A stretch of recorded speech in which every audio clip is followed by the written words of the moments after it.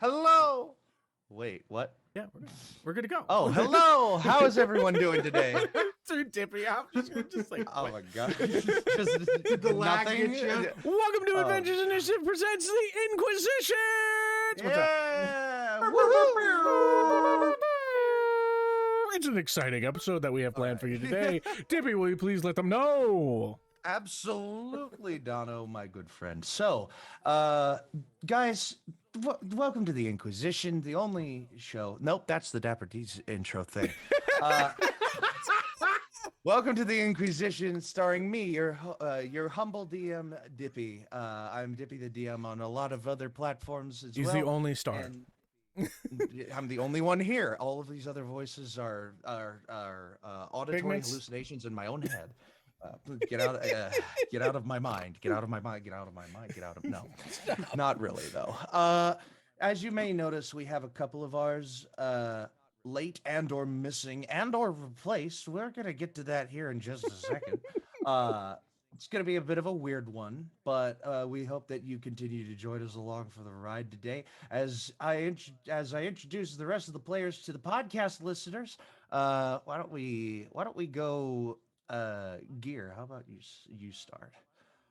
I am Gearsparks. I play Tesla Fastbender, who just got, revenge and took out her main competition. I don't know. Yeah. Find me Gearsparks on most platforms. Yeah, Dono. Alrighty. Hi, I'm DonoTheCleric. I am the lone wolf in this tiny little corner that I call home. I am is just so lonely. Don't put baby in the corner. No, look at the stream. I'm just like by myself right now. I'm so sad. I'm just a sad little boy. Anyway. All right. Anyway. I'm DonoTheCleric. You can find me on any platform underneath this tag. You see above my head. I play a sentient pile of trash named Sundial. He is a warforged for mechanical purposes. And he is a sorcerer of the I guess it's chronomancy, right? The Clockwork Soul. Yeah, Clockwork Soul. So it's chronomancy. There you go. It's the most powerful magic in the entire world, as quoted by sorry. What is it? Brennan Lee Mulligan? Yeah. Brennan, join the show. Please. This is never. Love it. Yeah. Rhys. Hello, I'm Rhys. I play Quinlan Flux, Air Genasi Monk, straight out of Petal, here on a secret mission. Wait, did I? Oh, I don't know. You haven't shared that you're on a secret mission. Oh my goodness. Oh, Fantasy and I have not shared that info. Oh. They're secretly all evil. It's just Dr. Evil. It's just $1 billion. And for the time being, last but not least, we have a guest with us today, subbing in, acting substitute teacher or substitute player. Doing some substitute jutsu for the pervy sage.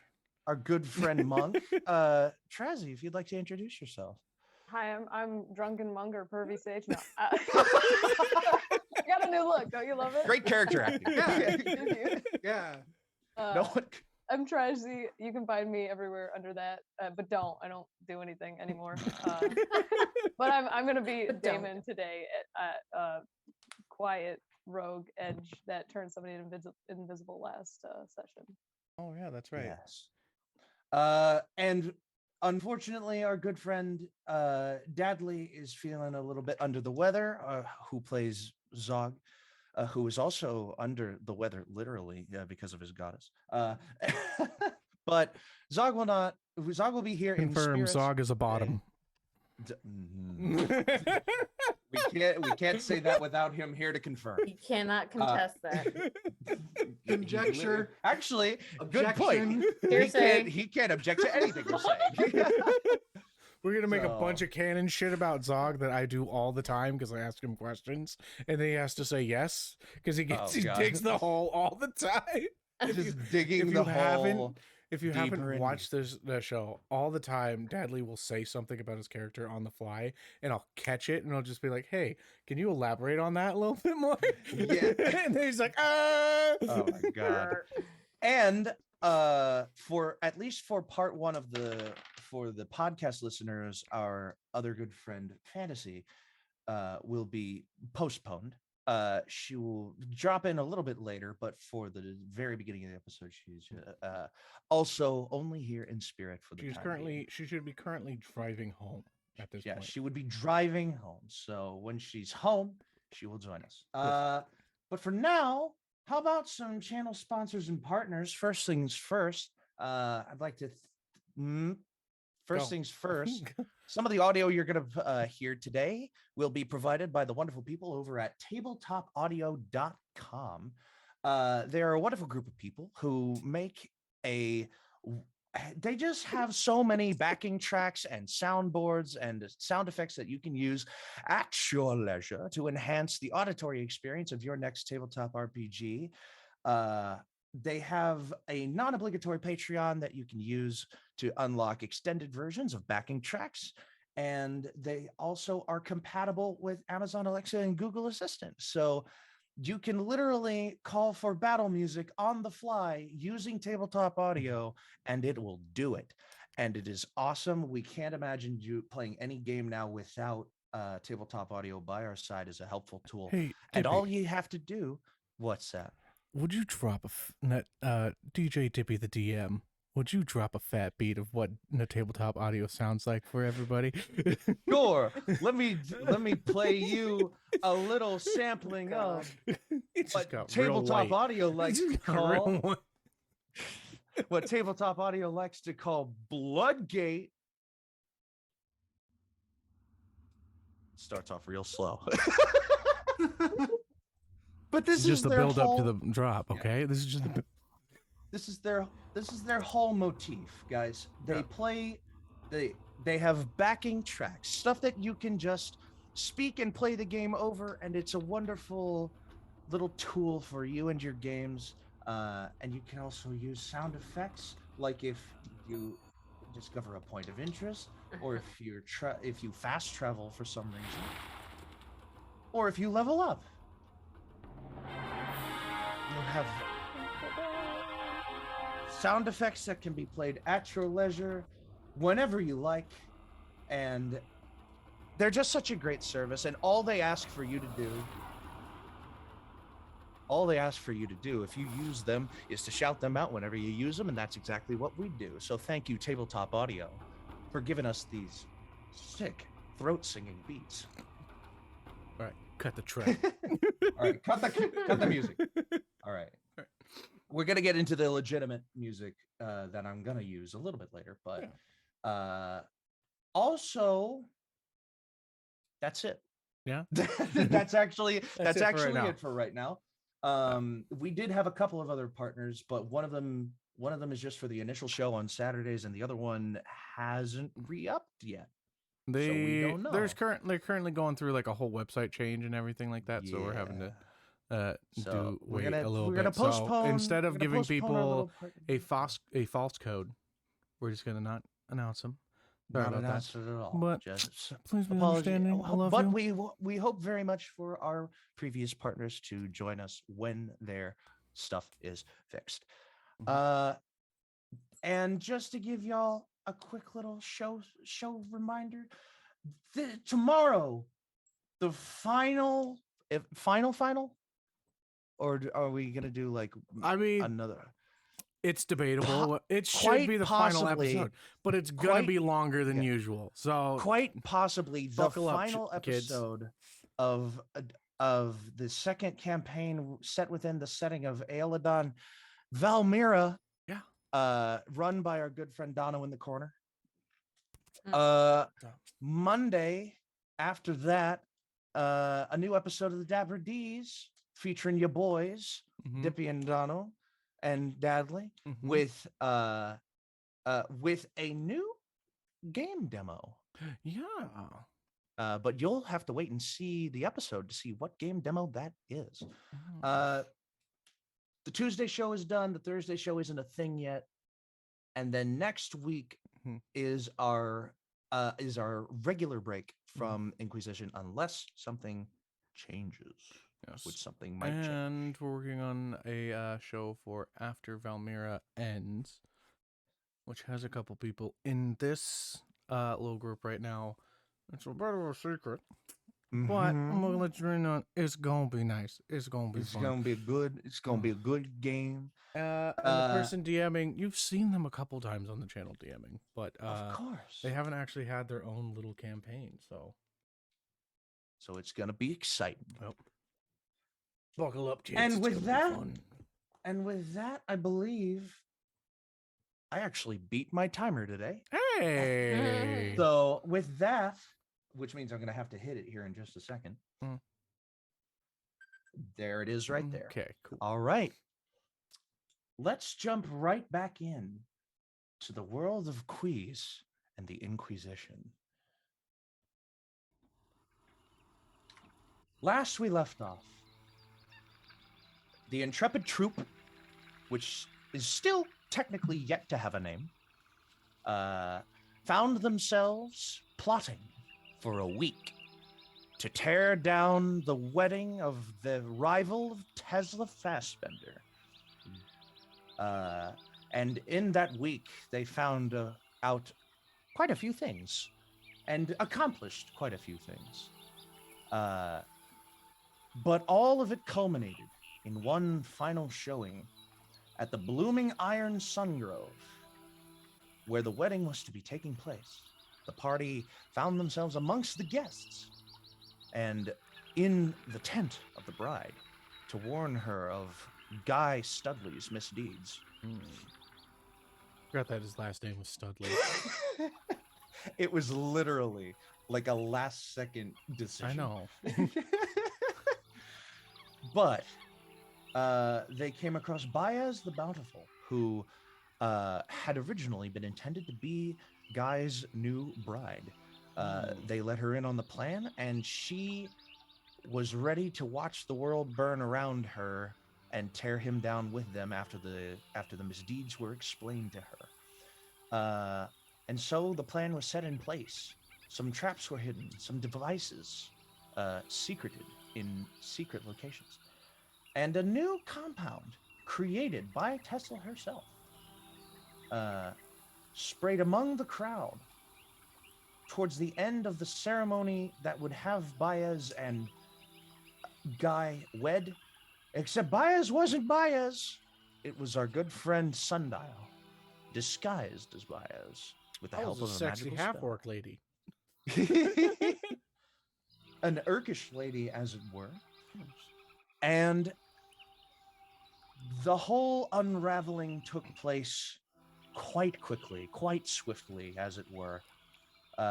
Guy was found to be a fraud in front of all of his future partners and business associates, and they all beat the shit out of him because of it. It was a rough night. And at the end of it all, when it was just the party and Guy, Tesla walked away without another word. Sundial and Zog and the rest, or Sundial and Quinlan and the rest of them, started looting the gifts, the wedding gifts, which we'll get into in just a second. And Zog delivered a very clear and concise message to Guy before killing him with an inflict wounds spell. After which Damon, embracing the newfound friendship that they had, turned Zog invisible to feed into a lie to the town guard that Zog is a guardian angel of some kind. And we are picking up pretty much directly from there as we join our friends looting party gifts and an invisible Zog sneaking away without another word to go get some rest in the inn for the night. Saved it. The rest of you What do you do at this point as you begin? I'm using mold earth to hold the gifts and transport them. So making basically like a hand type situation that's just big, like a 5-foot hand. You just over have a little. there. You just create a little podium. Yeah, For the gifts drag to it sit around on. behind me. So yeah. Alrighty. Well, I need everyone to roll. First things first, an investigation check, and second things second. If you beat the DC, I need you to roll a D6. Okay. Did not. I got a 22, my dude. 22, 7. 7. All right, Quinn. Just a second. 1. It's starting off Ooh. strong, folks. Starting off strong. And Tesla. And this is the new die too. Twins! Oof. Oh no! Twins! 2 nat 1s? Were they both nat 1s? Yes. Oh my god. That's rough. Well, okay. For Tesla, you walked away, so that nat 1 makes sense. For Quinn, you're just like befuddled. You're like dumbfounded Yeah, at that the tracks. at the guardian angel bit that just happened before you. Yeah. I got 22. 7 is enough to find one thing. Sundial. Do you want me to roll for Yeah, roll a d6. Roll a d6. Well, do you want me to roll for Willow and Zog, or does Zog not need to? Zog, I'm gonna say, is just whether this goes against character or not. I'm sorry, Dadley. He's just pooped. Okay. He delivered his message and he expended a high level spell. He's tired. He's Alright. he's just ready to like. I'm gonna call it roll for for the Willow night. just for fun. Yeah, We'll go see if ahead. I embody Emily's Embody dice rolls the here. chaos that is Emily's dice. That's about right. 13 is what she got. Okay, This is 13's right not down the middle. terrible. I got 11. She has a +2. So Yeah, 13's not terrible. So 13, I will say Willow found one thing as well. okay, and now I get to roll a d6. Yeah, you roll a d6. I'm gonna keep it on the party drain here.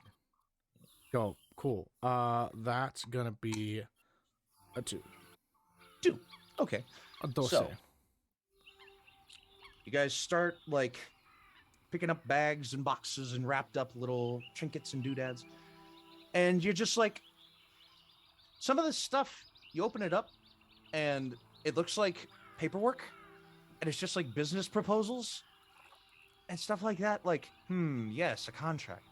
And you just like chuck it. But when you get to the legitimate stuff, Damon finds one.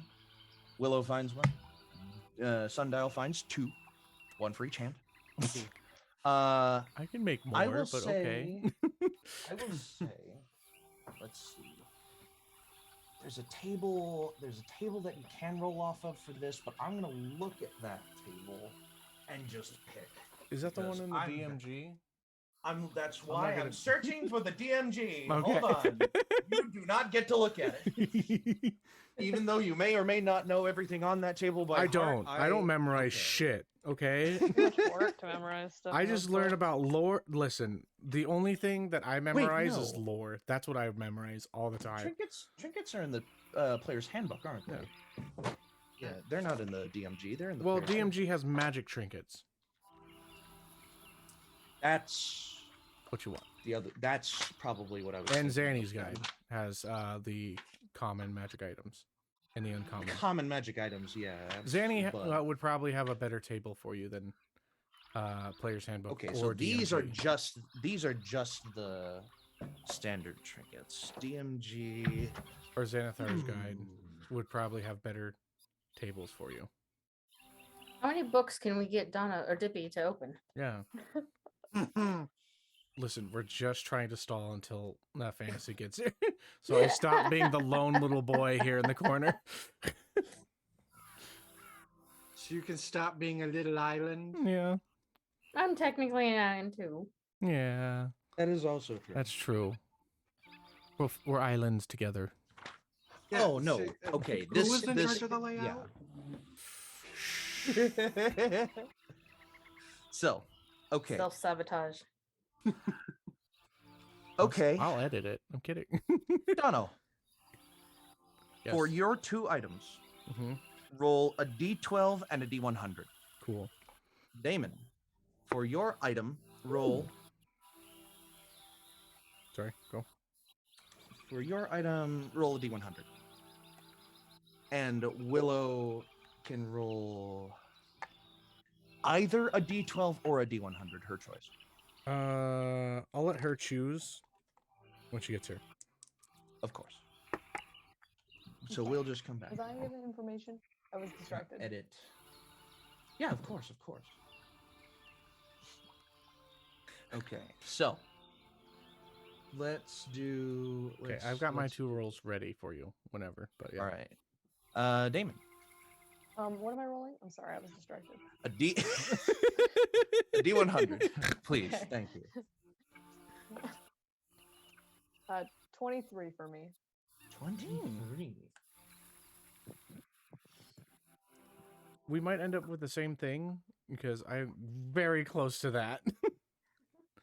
On my do. Oh no, the D100 is a unique answer for each. Okay, cool. number. So it's not that like there's got to be 2 It's a numbers. unique that are answer the for same. each number. Got it. 23. Somebody just got the same. They didn't look at the wish list very closely. Yeah. They got the same thing as somebody else. There you go. They're different colors. Wish that- yeah, the way. They're the same, Same thing, thing just with different different colors. Okay. So, pull up a little box, about like 8 by 8 by 8, square box, cube box. Is it a box inside of another box? You shake the box. You don't hear anything. It's packed in tight. Open up the box, and inside you see an orb, a brass orb. Pull it out, and you kind of turn it around in your hand, and it looks like, you know, the map from Treasure Planet. It looks a lot like that. It looks Oh. it's just covered in like little like what looks like little round engravings and paths, and like it looks like there's a couple of sigils on here too. Almost like sigils and runes and stuff. But upon first glance, being an arcane trickster, you're just getting into like the arcane side of things. You're not clear if this is a magical orb or if it is something else.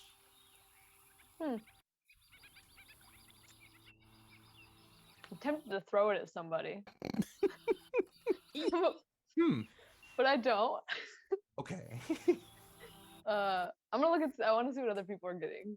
I've got my All right. ball. Okay. I'm gonna hold this for a second. Yeah. Sundial. Okay. Okay. What did you get on your D12? I got a 9 on the D12. 9. Yep.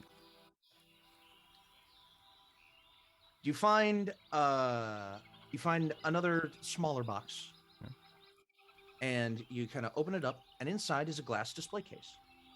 And inside that glass display case is a very intricate quartz gemstone. Lots of little like jut outs and like pieces just coming from a central quartz.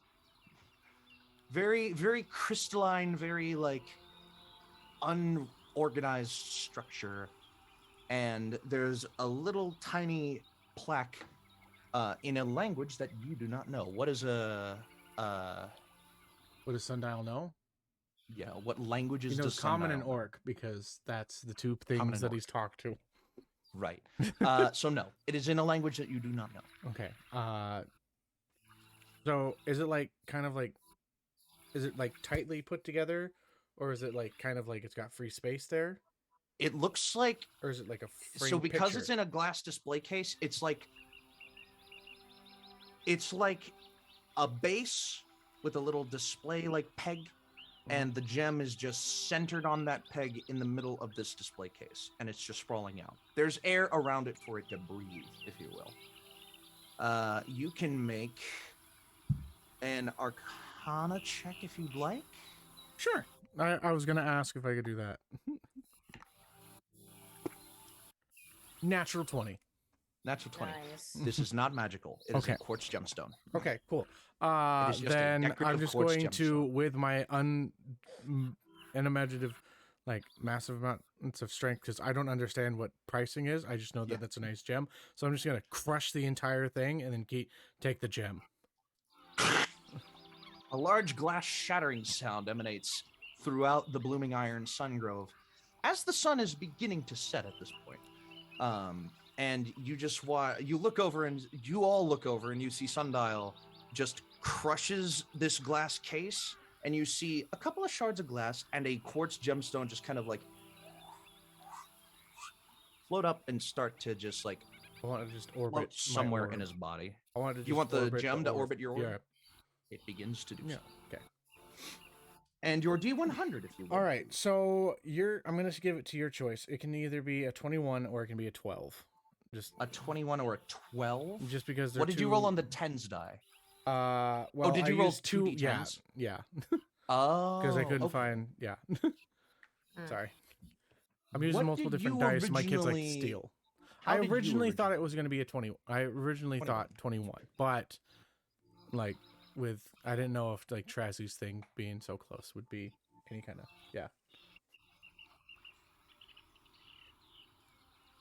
Don't know if you were able to see that on stream, but that's interesting. Okay. I need to mark Whatever you think is more these interesting. down first. Mark them down. story-wise. Write them down. Hold on. Doot. Like that little penguin. Doot, doot. Shout out to all my Pingu fans out there.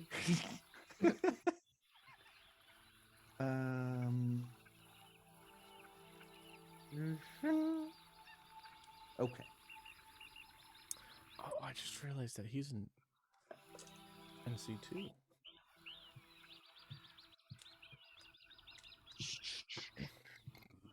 That sounded like some Transformers sound.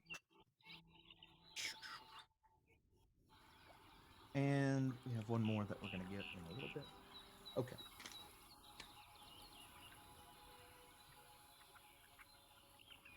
Pick up another. This one is a much bigger box. You think, big ticket item, right? Pick it up. You Sometimes kinda, I like think like that. He's just like big box, cool. Everyone else thinks it's a big ticket item. To Sundial, it's just the biggest box. Yeah. Okay. You open it up. This one's wrapped. So, do you like carefully unwrap this thing, or are you just like?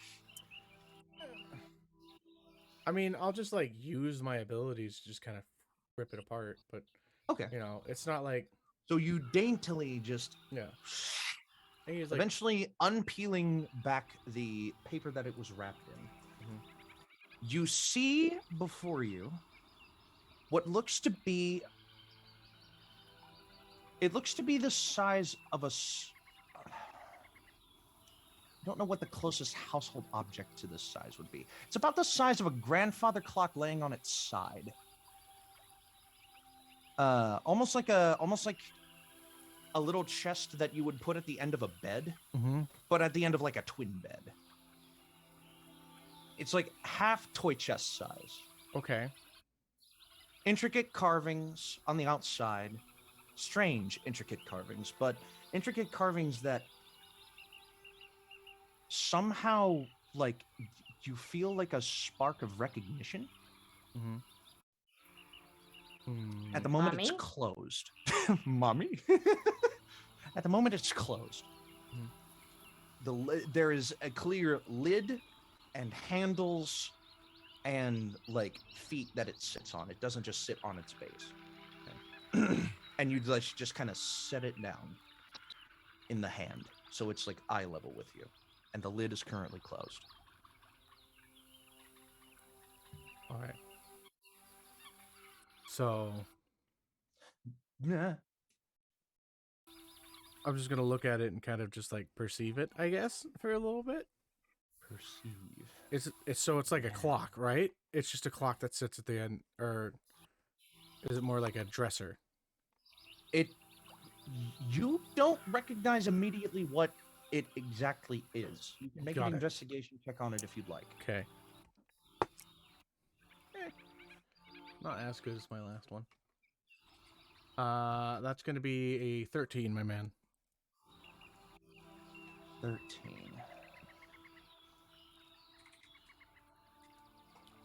Okay.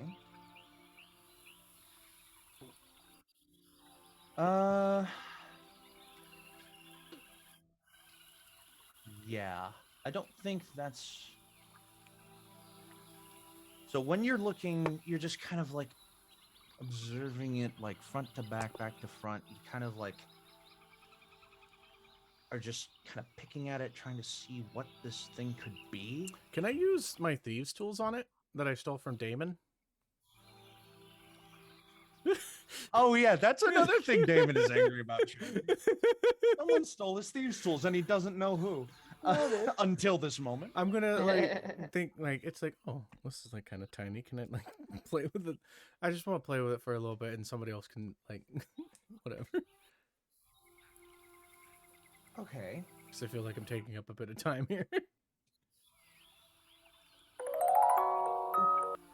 Hello. That is louder than I wanted it to be. Oh, you can adjust them. Okay. Okay, there we go. Eventually, something compels you to open the lid. Mm-hmm. And when you open it, it begins to play a song.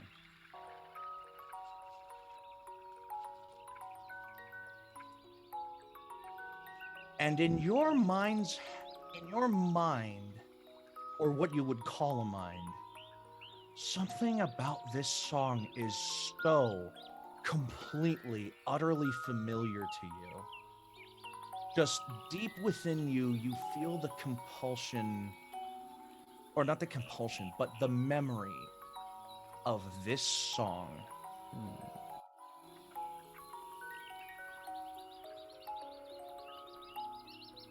And it just picks at you as it plinks away on its little tines and music disc that rotates on the inside.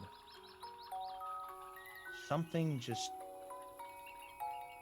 inside you is telling you know what this song is from somewhere, even though you have never heard it before.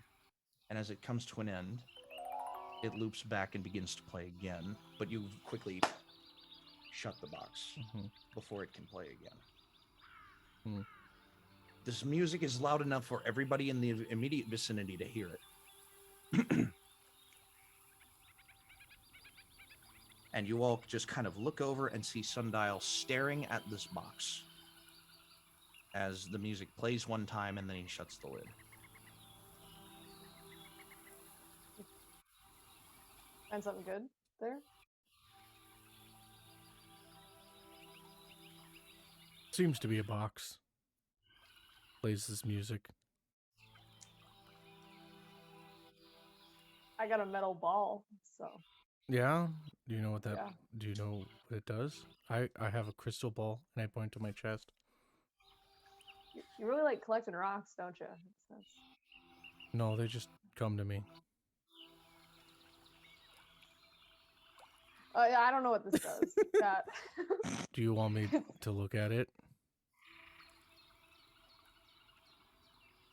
I kind of look at it for a minute, trying to decide if I'll get it back.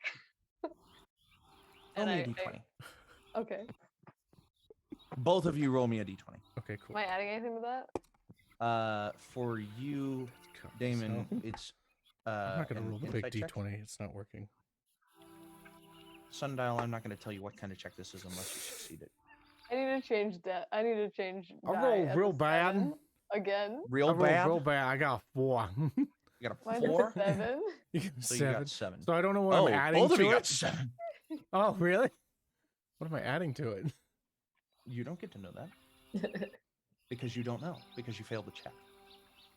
Technically, if it's anything charisma based, I actually beat him because I have a +4. But yeah, No, it's not related to Damon at all. got it. Cool. This is just something within your own. And it's a weird feeling. And you got a 7 insight. Yeah. In the time that you've known Sundial, he's been a bit of a mixed bag. So you don't know whether to trust him with this thing or not. Question: are the lock picking tools, thieves tools? Does he still have those out? No, No. I never actually took him out. So Yeah, his Okay. investigation check, he never had to use them. Yeah. Okay. And frankly, there isn't anything on this chest that would require the use of these tools. Yeah, Damon's gonna hand it over. He doesn't know what the Okay. fuck it does anyway yet, so. Sundial. Yeah.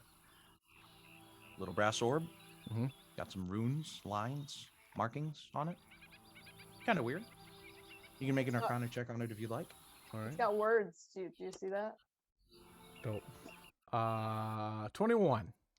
21. 21. Har har. You feel something dormant. Very vaguely. Just like you can't describe it. It's almost like a tiny tingling sensation in your fingertips as you hold this ball kind of in your hand. But you're not sure beyond that if this is magical or not.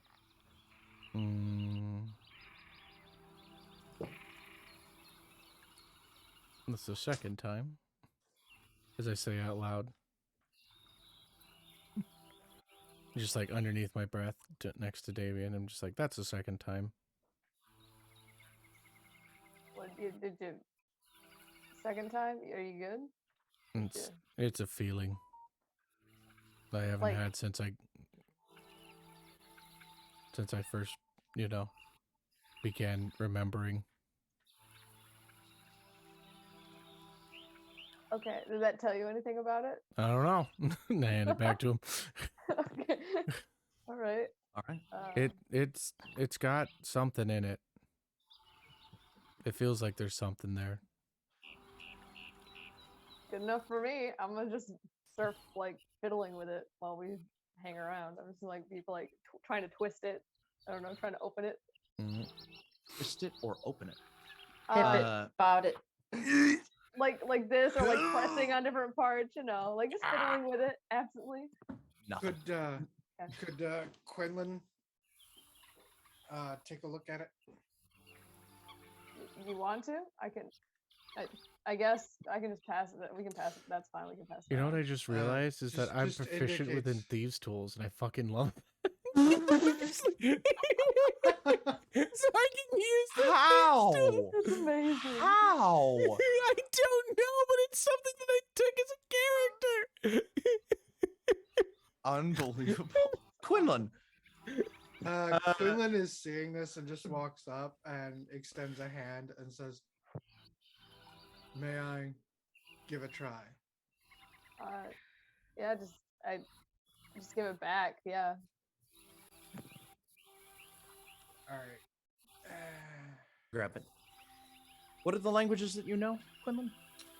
I have Common, Giant, Primordial, and Sylvan. Interesting. You look at this ball, and you just kind of like, it's about, by the way, for size reference, it's about the size of a basketball, maybe a little smaller than a basketball, maybe more like a bocce ball size. As you take it and hold it in the hand, you notice some of the markings. Some of the markings are in Sylvan.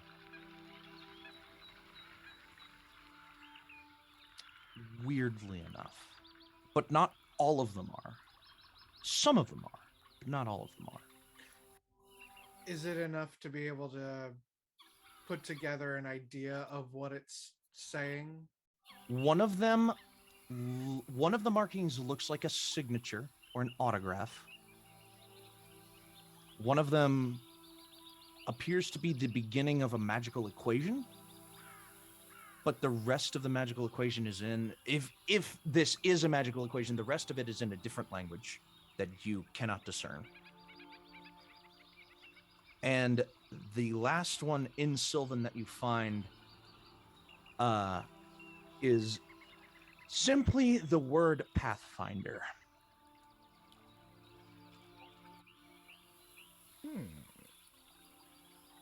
Okay. And the marking for Pathfinder sits next to what looks like a square carving on this object. There are like circular carvings, triangular carvings, lines, and everything.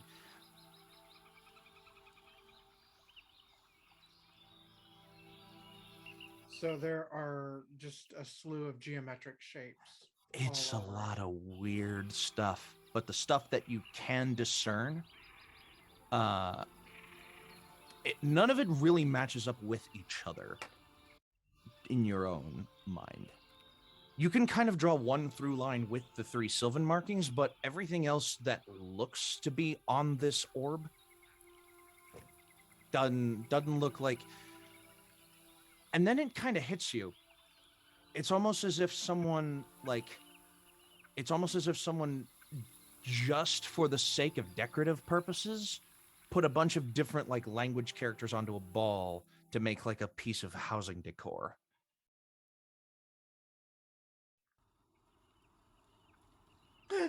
Like when someone puts the Chinese character for soup next to the Korean hangul for like small child or whatever it is, or Children's soup. yeah, and it just, when you put it together, none of it makes any sense. It kind of strikes you in that moment that might be what this is, but you're not sure.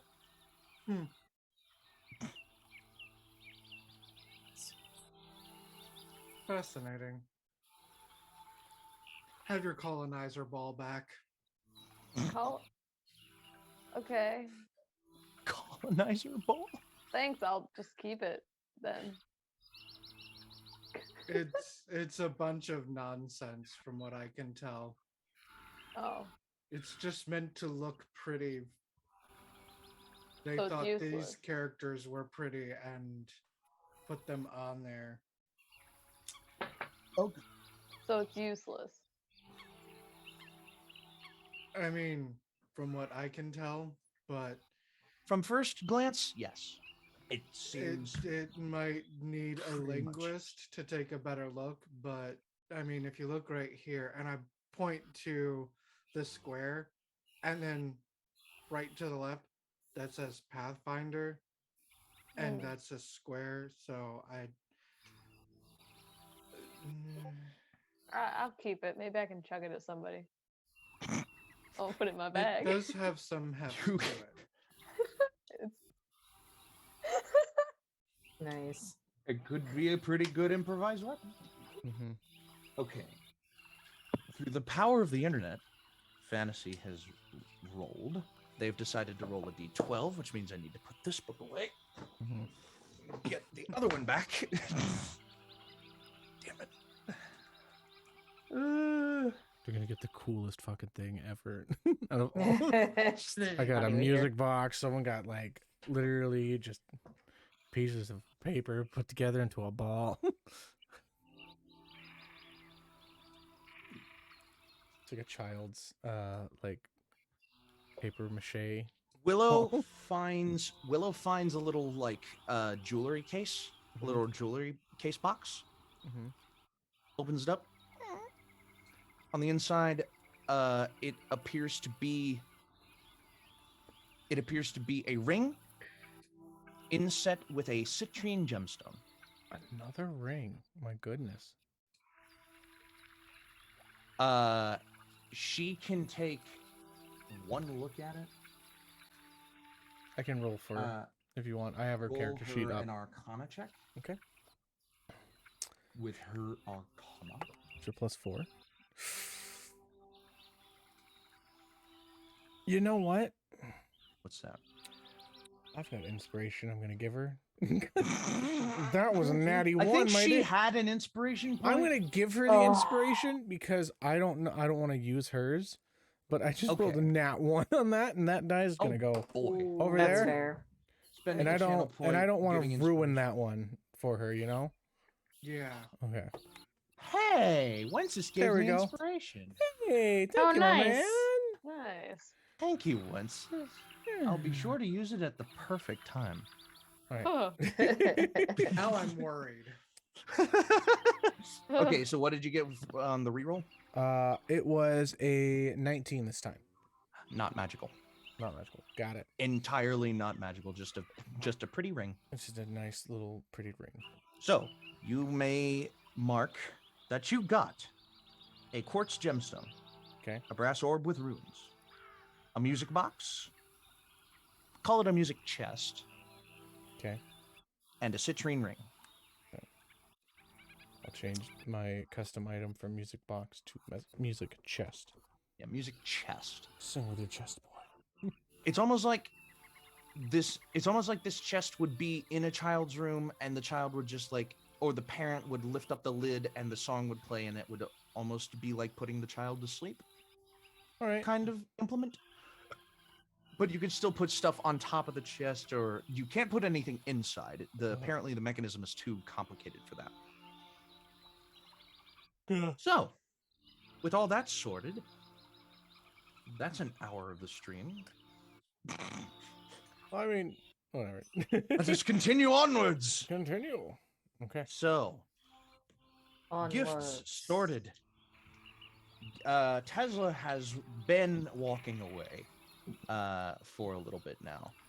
Tesla would be separate from the group. Zog would maybe be catching up to Tesla at this point, but because he's still invisible, might not be making himself sufficiently known.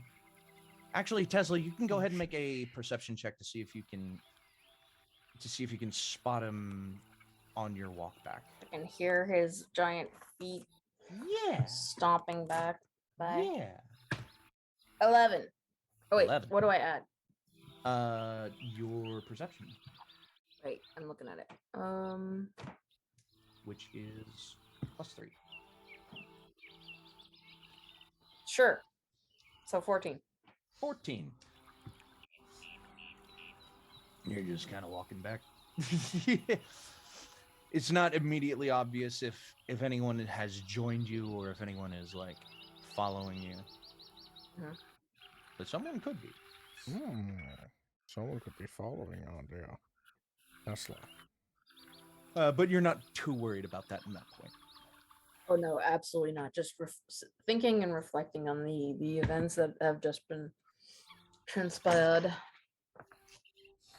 and what to do next. All right. Oh, what a Everyone else who is still kind of together. Yeah. We The should... two towns guard that showed up at the to witness the Guardian Angel incident, they are behind you, Tesla. You didn't need to make a perception for them being behind you, but they're not like tailing you. They're just walking the same way you are because you're both headed back to town. It's that awkward, like walking through an area. Yeah. It's like, see ya, and then you both leave the same direction. Oh, wait. Oh, All right, cool. I'm sure, because from what I remember, she left first as soon as as she realized it was all done. She left, and then there was an altercation with the Zog. So they're probably a good 12 feet behind her. Yep. Sundial's gonna round up all the fairy people and tell them that we're gonna go back to the boat.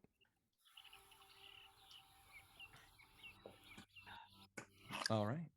All you, You, fairy you, and you people, sorry, I shouldn't. Damon, Quinlan, and Willow. Yes. I What? wasn't prepared for that. Oh, speaking of which, do you need to let Willow in soon? Yeah. Or is she still not here? It'll indicate when they're joining in. Okay. On and Zoom, it's a nice little feature of it. It tells me when someone's waiting in the waiting room.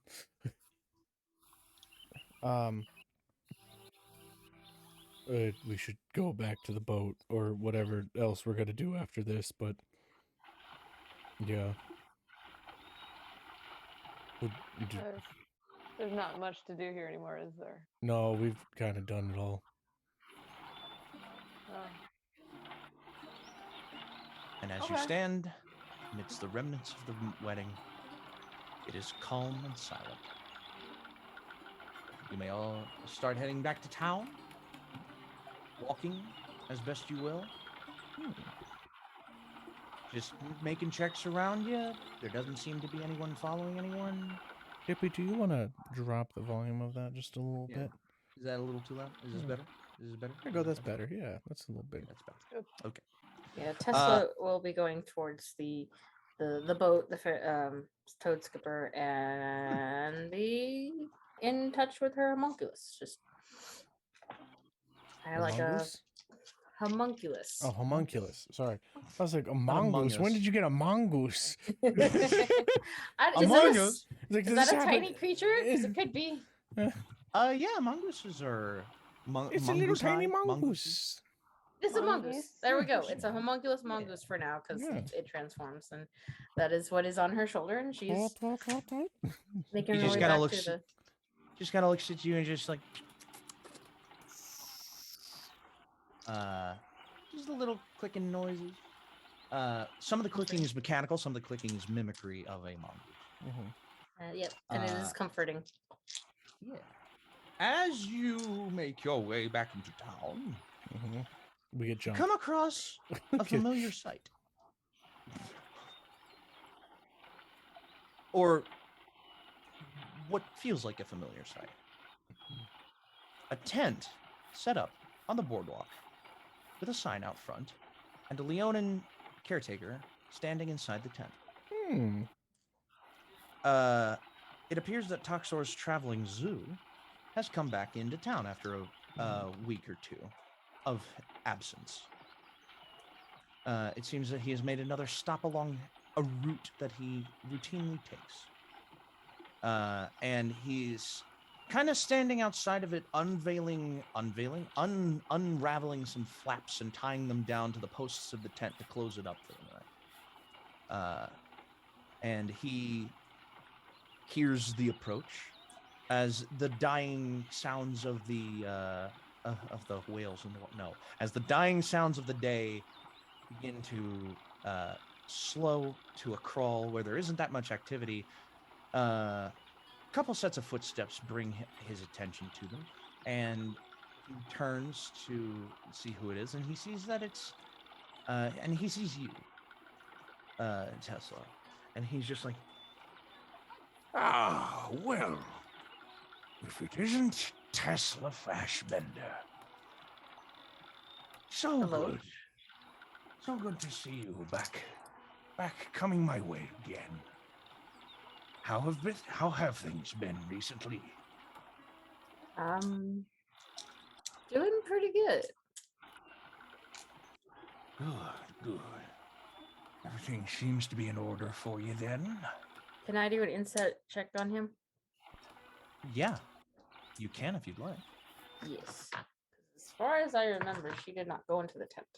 Did she not? No, she did not. Nope, she she was never with went Hey, into me. the tent. then you can definitely make an insight. 18 plus 1, so 19. Word spreads. He Okay. apparently knows about you. Okay. Sounds like I have a reputation now. Your reputation precedes you, my good lady. Well, his last statement was, "Everything seems to be in order for you." Then, why would everything not be in order unless something happened to put it out of order and you just set it right again? Right. Like I that. understand. I understand. Word spreads. So he looks at you and he's like,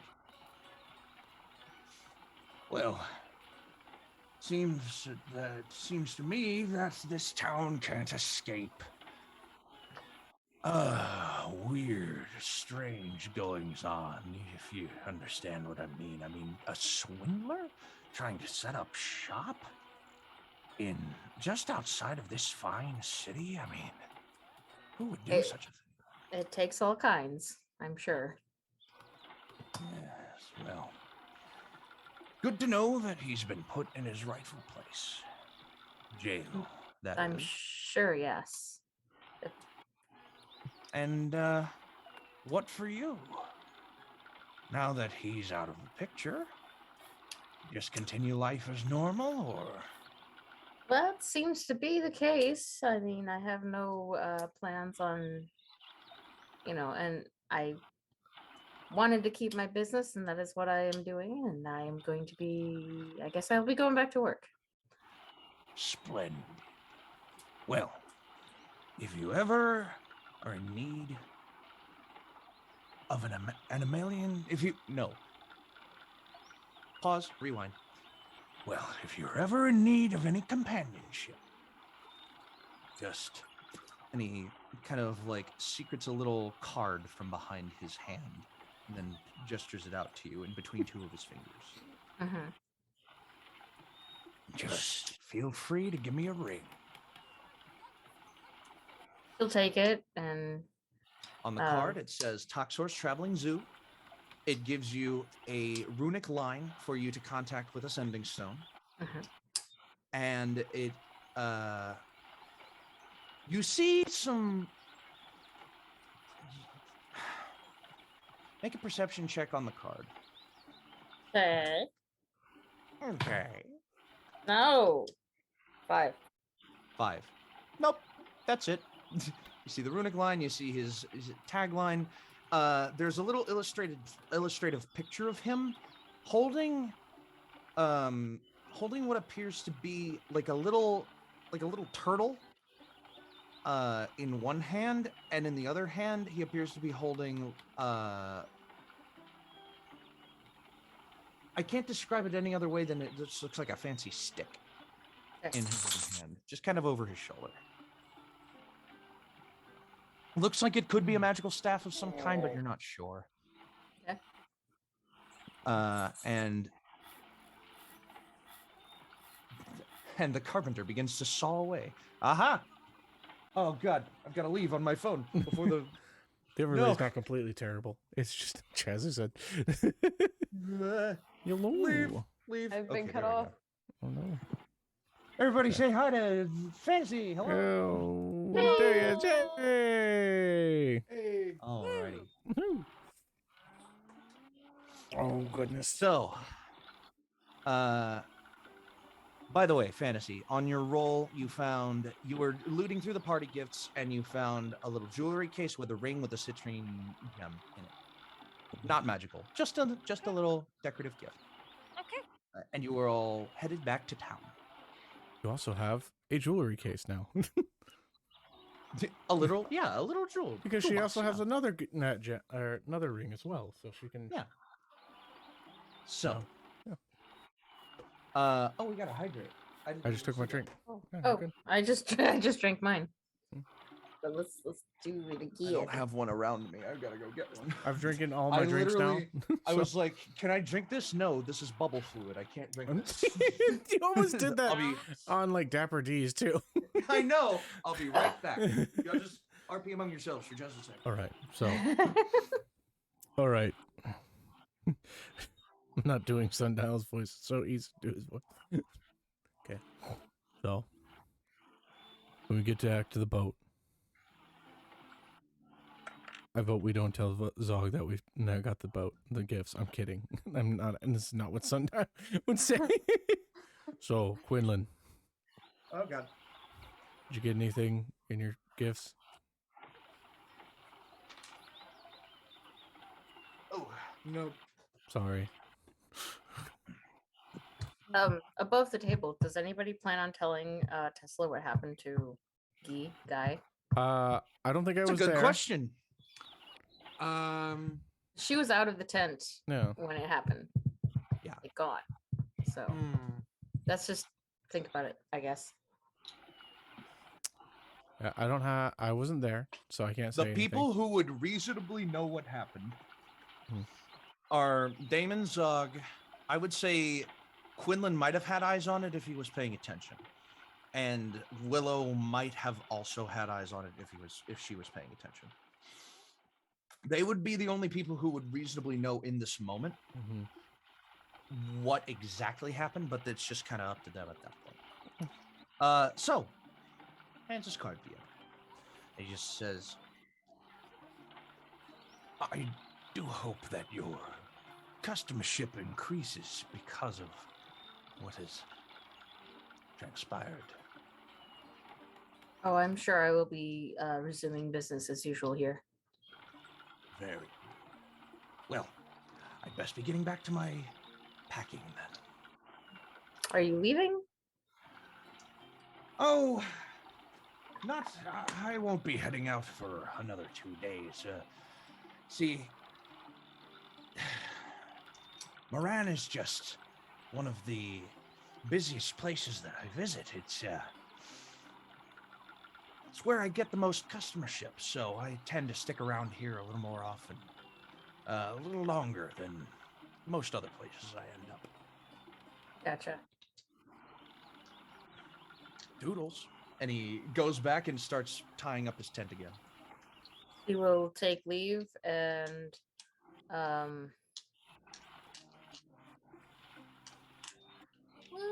how late of the day is it? The sun has set. It is dark. The lantern light of the docks and the surrounding townage are all that are keeping the light in the city streets at the moment. There Would are... it be good to presume that places of drink are open?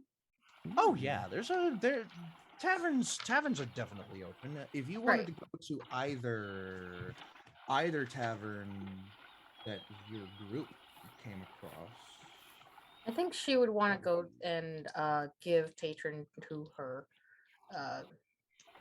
elephant friend. you've got the Automatic Crab and the Island Breeze. There's also I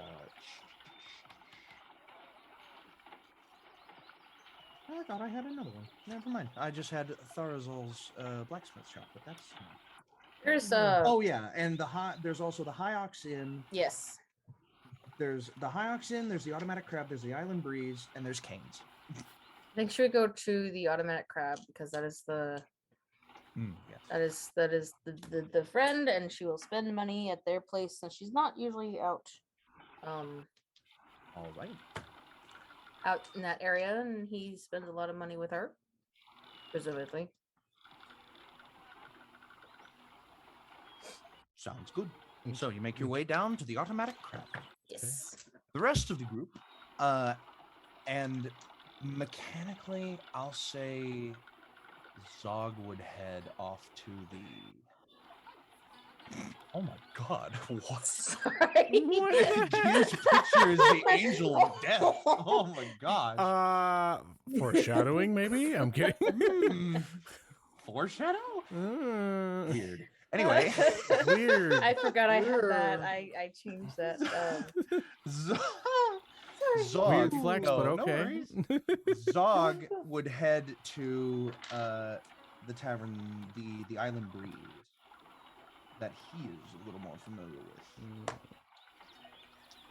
with. With Ripples on his, with Ripples accompanying him, shortly behind him, as well as... You guys remember your other two? I know, Sundial, you definitely remember you. What? What am I remembering? Sorry. Your pet. Oh, yes. Y'all have a mini caiman, a moss cat, and a pidgeov. And my moss Half cat is pigeon, named half dove. Mosaic. Yeah. Mosaic has kind of just been like Sitting on some stones. migrating in my body. around your body a little bit, trying to find the safest place in some cases and just the warmest place in others. Yeah. One time Mosaic kind of tapped your core and got a little static shock, and he just kind of backed away. The rest of the group, as you head into town, the lantern light, once again, yada yada yada, lantern light, etc., etc. Yes. Where do you go? What do you do? Sorry. I thought no. If you got something going, but no, just that Quinlan's gonna head to the boat after the excitement of the day, and reorganize his mental space and just kind of woosah.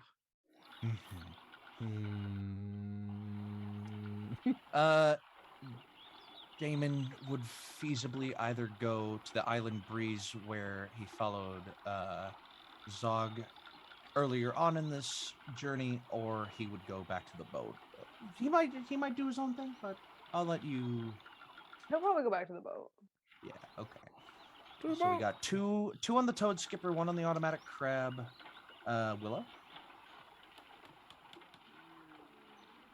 Are we near the place where you got all the animals? As a matter of fact, as you are all kind of walking back into town, you come across Toxor, finishing up packing his tent for the night, and he notices the group of you. As half of your group kind of splits off to go to the boat, and the other half just kind of isn't sure yet. Toxor approaches you too, and he's like, Well, if it isn't my latest customers, it's good to see the lot of you again. Yes. Hello. Care to stop by in the morning, see if there's any other willing souls you'd like to adopt? Oh, for sure. Excellent. Well, I'll be here same time, same place. Did we decide this guy was evil, or did we realize that he was just doing a racial trait thing, and we were just being bad judges? I don't remember. Let's go back in the notes. I think Gil said From what I remember, it was he's suspicious. Mhm. Like he seems like he is, but then Dippy gave us like a snippet. It's like, oh no, he's not actually like that bad. You're just kind of like looking into it. So there was the idea from the party to like look into it further anyway, and we just never did. So, as far as you know right now, the answer to that is no. You have not decided whether he is evil or not.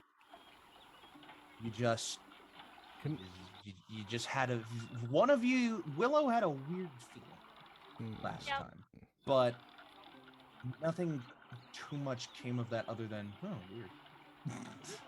So, dude's name is Luxor, right? I'm getting that correct. Toxor. Toxor. Damn. Toxor. Okay, Toxor. Where do you get your animals from?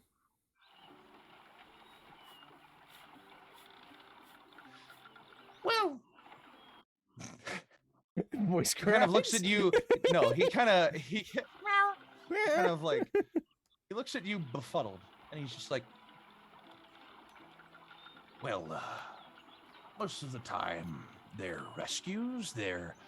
Some of them come from breeders. Some of them find out in the wild, take under my wing. Well, arm. Make sure that they're being comforted for and taken care of until they can find a more suitable home. I do an insight check. "Do you want to do an insight? Yes. If you then go ahead and do an insight check." I will join in that. Oh boy. That's a 23. I got a 10. 23. 10. Seems legit. Okay. 23. The way that he said rescues, a little off. Is it like PETA rescuing animals off of people's porches? And then sending them off into the wild? The vibe is approaching rescued in a subjective sense, not an objective sense. Right. It's approaching that, but it seems sincere. It seems genuine. There isn't much to be garnered more from just, oh, he rescues animals, and you know, if he and then he gives them to more willing homes, or people pay to take them into more willing homes. Okay. Fascinating. How does one rescue an animal? Well, I go out into some of the more derelict cities, the abandoned ones.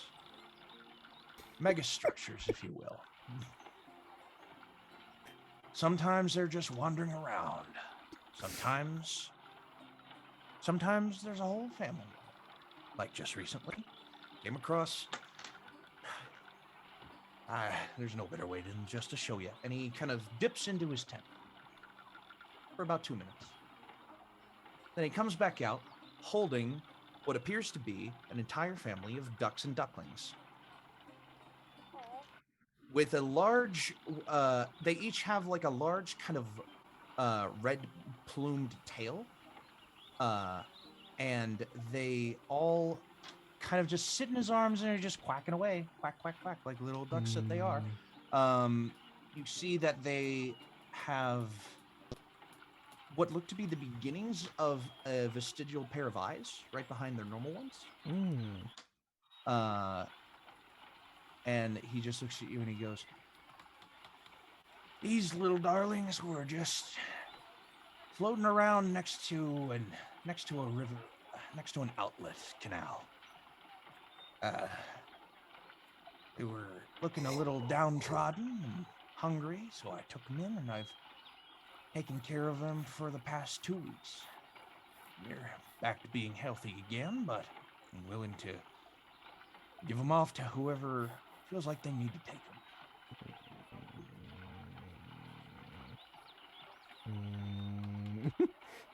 Okay. You can make a nature check on these ducks if you'd like. Sure. Not bad. Where's my nature? +3. It's a 14. Something about the way that they're being, that he's presenting them would make you believe that he's trying to take a wild animal and pass it off to someone as a domesticated one. But looking at these ducks look like they would intentionally be kept as pets. So they look Almost domesticated in a farm-like sense for duck eggs, or for like if they were bred together and you had surplus, you could use them for duck meat. So pet shaped, yet to be determined. Pet is. Yes. in a cosmic sort of way, yes. Got it. So. Yeah. And he kind of like, Just yeah, you pat just one a on little the finger head. wiggle. He just kind of like follows your finger, and you, if it had lips, you swear it would be smiling. It's just got like little dimples that show up at the grin of like Yeah, its little just bills. a little. Very cute. They're distorted.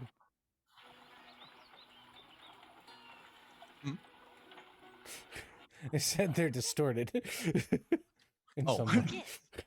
Well, most of my keepings are distorted in a figurative sense. They've come from broken environments or broken homes, and I'm making sure that they fit nicely into whatever puzzle their pieces are fit for. Do they all still have their sauce? I feel like I don't know what you mean. You must be married then. My God. For those of you who didn't watch the know. last episode, go do it, please. Sorry. But he looks at you and he just goes, "I don't know if I should be insulted or curious. I don't know either. Let's call it a curiosity, and I'll just say that they don't." Smart. Anyway, I believe I believe our business here is yet to be concluded. If you come back tomorrow, I'd be more than happy to talk to you more. What do Yeah, they see you in eat? the morning. Potentially, yeah. See you in the morning. Are you going to the boat or Wait. to somewhere else? I asked, what do they eat? What do they eat? Yeah. Oh, I'm sorry. I'm just really interested. no, in you're the good. text. You're good. You're good. You're good. What do they eat?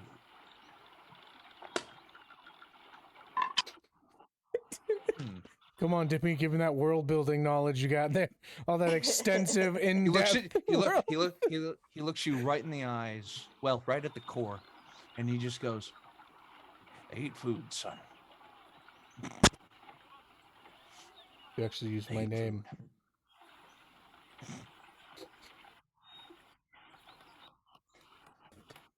Great. He How kinda much looks at for you and how he's much like, for the family? We'll talk about this in the morning. and Well, he like turns okay. around and he like, I just walk off. I just start walking off. It's like if anybody can teach them how to get their sauce back, it's sauce. oh Jesus Christ. Wow. When the guys come back, they're gonna be like, "What the heck happened? We Yeah, have more yeah. animals." So you left Yeah. Sundial alone by What? himself for too long. So the night fully sets in. Willow, are you heading back to the boat or to somewhere else? Right now we got 2 on the boat, 1 at the Island Breeze and 1 at the Automatic Crab. All of which you would know about in some capacity because of the week of Yeah. planning and everyone talking and everything. I'd probably go to one of the bars or one of the locations just for a Okay. drink, and then I'll go back to the boat. Okay, flip a coin. Heads you go to the Breeze, tails you go to the Crab. 1 or 2. 1 or 2. It was a 1. 1. Okay. I don't care. Breeze. You go to the Okay, it's good with me. All right. Autobex. Thank you for waiting with a party of 1. Yeah. Well, there's probably very more, much. but yeah. So, welcome. Hello. And Sundial, where are you headed? Boat, Breeze, or Crab? Oh, where am I going? Let's go with Willow. To the Breeze it is then. So we got 3 at the Breeze, 3 on the boat. No, 3 at the Breeze, 2 on the boat, 1 at the Crab. I don't know So- what anything is. As you're following Willow, we will do this. Let's do Tesla at the Crab for a short bit, shall we? Let's see.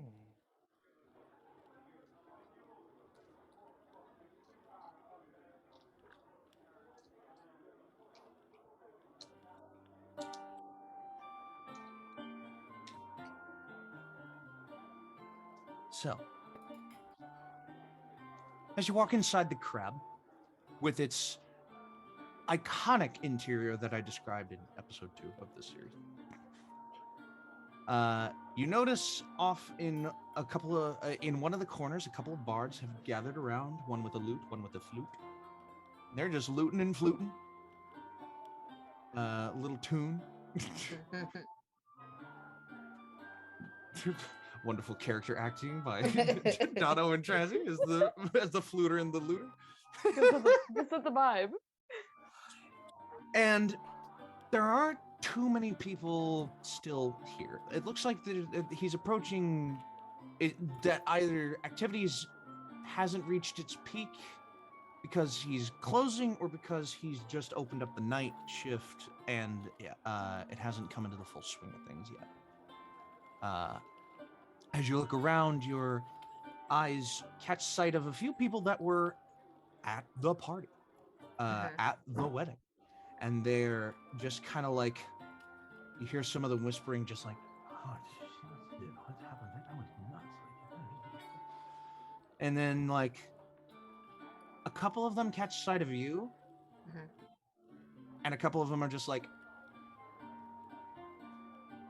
and they go up to the bartender. They go up to the bar, to Okaz, as it were, and they tell him, "Hey, get her a drink on me." And you see about 2 or 3 people do that. And Okaz comes over to you after about the second or third one, and he goes, "Oh, so wonderful for you to join my humble establishment this night. I have already received a few requests for you, so here." And he kind of reaches behind with his trunk, grabs a couple of cups, brings the bottle forward, and just kind of like fills up a couple of drinking pints with a fine-ish looking ale, and just goes, "On the lovely patrons of my establishment," and he pushes them forward to you. You have been given 3 drinks for free. Nice. She will nod and take the drinks, accept them, and we'll just sit at the bar and just be drinking and taking in the atmosphere, just kind of downtime, relaxing, and Absolutely. just if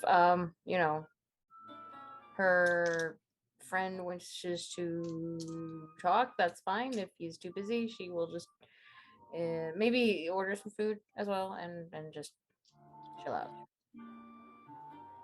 I rolled for an encounter and missed it by just 1, so it'll mainly be a quiet night.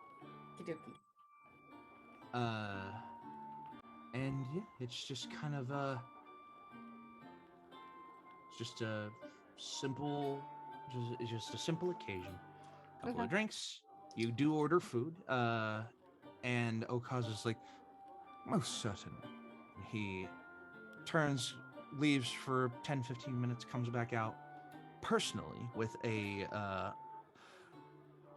little platter. Looks to be a thick cut of meat, along with a few assorted. These look to be giant pieces of fruit. These are like, you see an apple that's like twice the size of a regular apple, and an orange that's long. An orange that's long like a banana, but like not peelable like a banana. Right. And he just kind of like peels it, and the skin just falls off, and they're like strip-like pieces of orange, and he just like, along with a couple of other garnishing, fruits, veggies, sorted platter, a little dipping sauce for the meat, bit of a tangy aftertaste. Nice. And the rest of the night just progresses on. Okay. About 10 minutes later. No, wait, no. I decided he did something else. Never mind. I was going to say about 10 minutes later, Zog pops into visibility again. But no, he just went straight back to the boat. So Zog is with Damon and Quinlan on the boat. Not saying much, just tired. Which is unlike Zog, but something is off about Zog today. It's almost like he's sick. So, that'll just about do it there. We'll do the boat last, but we'll go ahead and do the breeze. So we have Sundial and Willow going to the Island Breeze. I'll just say that at the end, she will go back to the boat because that is headquarters, home base. So we'll just skip that. There you go.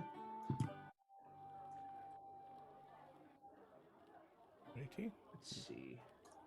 So, what do you do at one of these places? Zog usually just, I don't know. I usually end up having to carry him home because he's speaking some weird language I don't understand. Oh. He also gets into like weird competitions of drinking. I'm not surprised. Yeah. Well, I just wanted a drink. Oh, okay. As you approach the bar, Kotick, the bugbear owner and bartender of the Island Breeze, catches sight of both of you. And he's just like, welcome, new friends, to the Island Breeze. Feel free to take a step back, relax, stay a while. It's been a long night for some people, I'm sure, but if I can help you out with anything, you just let me know. I look at Willow, like just kind of size her up for a little bit and go, need a large pint, and just put down a gold piece. All right, coming right up. And he takes it, and he turns. This is just what Zog drinks all the time. Okay. Places it on the bar. It's like 90% foam. And he's just like, hold on, wait a minute, it's gonna get there. And then you see it like halfway up, and he's like, God damn it. And he has to do it again. Places it back on the bar, everything's fine. So before you is a large, I would say pint and a half of ale. Nondescript ale. Is it as big as my head? It's like goes half up to your their head? It's like the size of half of you. Mm-hmm. God. Yeah. But It's yeah, a beer about a foot it's tall. a beer koozie. Like a beer koozie? It's not quite round enough for that, but it's that tall, definitely. Fantastic. Did you want to drink out of from it? I Can you drink? no. Okay. You're You just- crashing a wedding. I just take a sip. You grab on, and the cup kind of like shrinks in your hand a little bit, and the liquid kind of just like just where it wasn't quite all the way to the top, the cup shrinking makes some of it spill out. And he's like, Hi. Prestidigitation. that's weird. And he just turns back around, and he just like, it's good. It's a little strong, it's a little bitter. You know, it's kind of like, tastes like it could be a mix of a couple of different bodily fluids, but you don't know. Got a bit of ginger in there. Yeah, got a little bit of, Maybe a bit. has a bit of an aftertaste. You're not sure Maybe what. some lemon, black mold. You don't know. Lemon wedge, black mold. Who can tell? If it doesn't kill me, it only makes me stronger.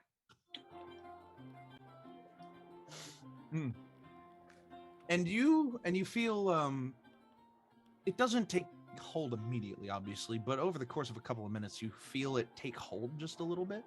You're just like, Okay. that's pretty good. And a couple of people start kind of walking up. You notice that there's like a semicircle of people around you at this point. Not for any like harmful reason, just there's like it's almost like people are like, what the hell are you? Like what are they? I've never seen anything like it. And it's just like as Sundial whispering, hears just- that, he's just like, he's a tiny person. and they just like and they're just like walking away pretending that they weren't loitering around you. Cast it's just like- fireball. I don't have that yet. Oh my god. Oh my god. I'm only level 3, so I can't do that. Well, could you Alrighty. imagine? Oh, can I? Sheer pandemonium. Just absolutely Just missed it again. burning down the house. Damn it. As Just you do it. both kind of Just give it you to just us. spend the rest of the night. Yeah. Sundial, do you want to try drinking a pint?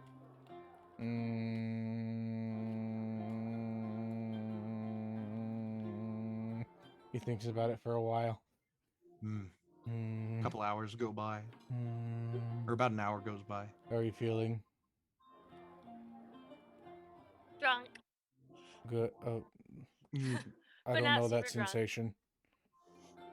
You notice Willow's wings are now like irregularly beating, like the level, like it's super fast, but half the time like the wings go out of sync and she like is like flops to one side in midair and then corrects herself.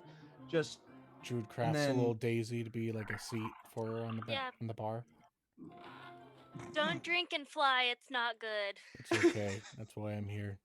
just like sits down like on the bar, just like. Well, you want to try one for yourself? And he places an ale down in front of you, Sundial.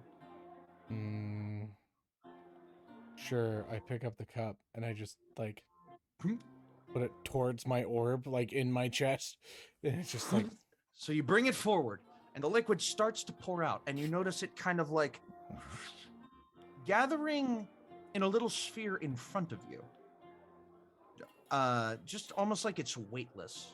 And then as it kind of just gathers in front of you, you just see it kind of like float towards your central core. And as it impacts, you feel it just kind of like absorb directly into your core. You feel recharged. You feel a little jolt of energy, but because your core is basically a refined sphere of pure irradiated energy, radiant feed. any drunkenness effects that you would gain from alcohol have gone completely out the window. It just acts like a beverage. It acts like water when you drink it. I don't get it. Carthango? Gathingo. I don't know. Huh. And it just kind of like, you're just like, like a drink of water. I don't get it.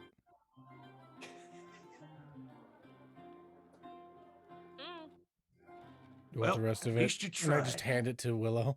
The rest of my pint. You poured out like 90% of it. There's a I know. little I'm still sip giving left the on rest of it to her. bottom, Okay. You just,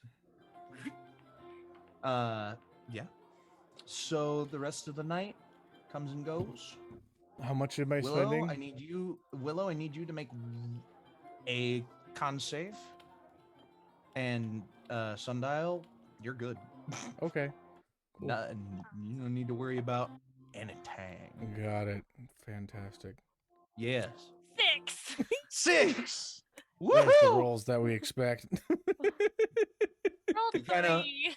You kind of like you stand up and you're just like, it's time to head back to the boat. And you turn and you put out one leg. You step off the bar and you just like land on the floor. I pulled a Zog. Yeah, and you just, Mm. ow. I'll use No damage taken, just it painful. It hurts your pride more than anything else. I'll pick her up and just put her on my shoulder and have Mosaic just curl up next to her. Oh. Mosaic kind of travels up Sundial's body and kind of makes a little like nook for you to rest in, and settles down and turns back into a ball of moss. And he is so soft. It's like a cat bed. Softest moss you've ever felt. As you lay down. Why is it that everything becomes so much softer when you're intoxicated? Facts. I don't know. It's just kind of the way that it happens, you know? Oh. Bless you. So, Dog the just rest of the night. like sneezed like crazy. Off to this side. All right, back to the ship. What kind of chaos is unfolding over there? well, since most everyone isn't interacting with each other for the most part yet, everyone's just kind of like, yes. ship. We Rest. we killed or we did a thing together. Can I do a thing? Yeah, If you'd like to, absolutely. we have the stage. She What's the thing that I was going oh, back to the ship. She goes over and loudly, obnoxiously, drunkenly bangs on Zog's door and waits for him to answer, Yeah, but not very long.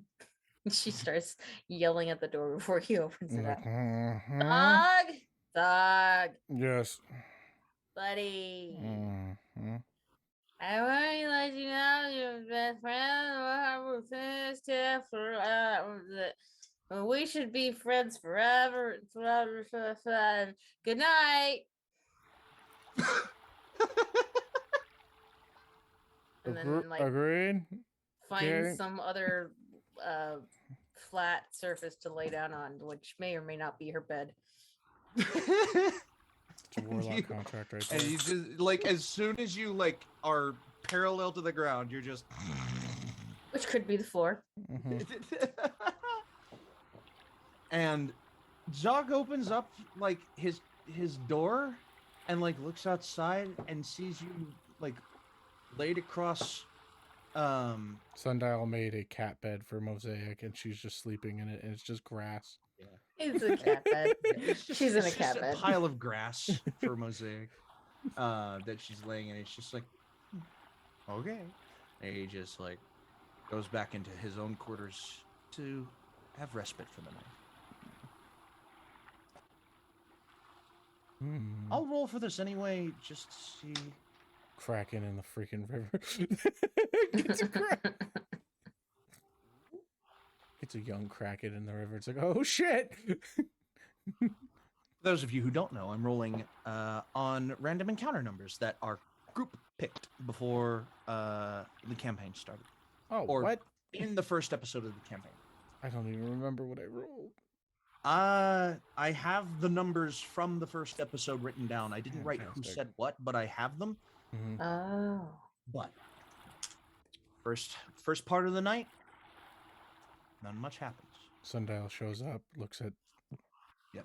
Tesla, looks at the cat bed, shrugs his shoulder. It's like, picks up the cat with Willow on it, and it's like, oh, just tries to just pet the cat, and then goes to go sit down, and then we'll take out the music box and just let it play for a little bit right before he goes to bed. As Willow, as you're kind of laying next to Mosaic, and Sundial starts to pet Mosaic, your bed is vibrating all of a sudden. It's interesting. It's comforting. And you You're set muted. the chest down. Oh, he's muted. Yeah. But as everyone's just kind of laying to sleep,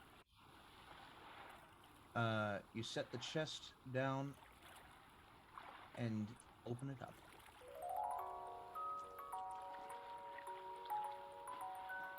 And you just try to concentrate.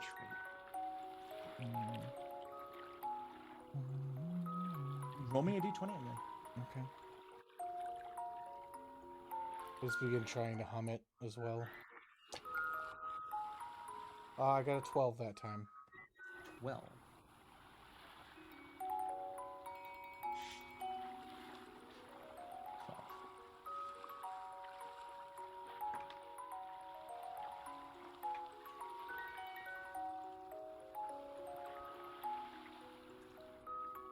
You let the music play as you just drift off, as you start to enter your stasis state. I'll keep my hand on like the chest so when I actually pass out, it closes it. So it's not like just playing. And as you do, you just kind of like chest closes, music stops playing, but in your mind, in your own mind, the song plays again. But it plays differently than how the music box played it. It's different somehow. Only just.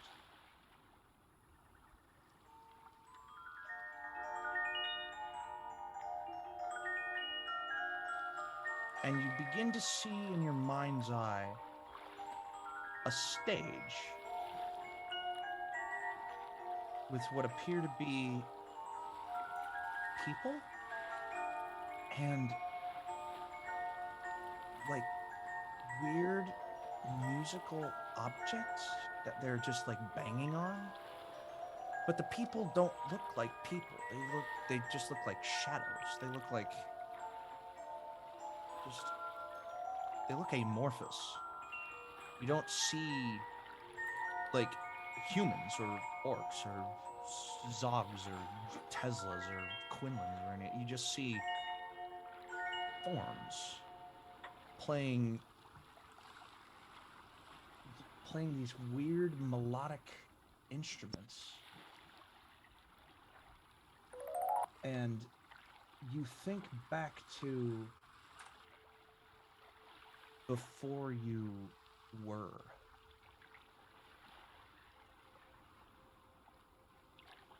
Nothing comes through. It's quiet. It's dark.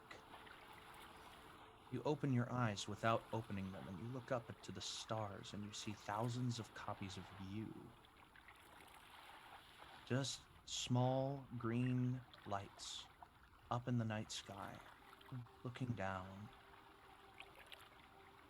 Or could they even possibly be looking up? It's strange, but you can't make any sense of it as you drift off into your stasis.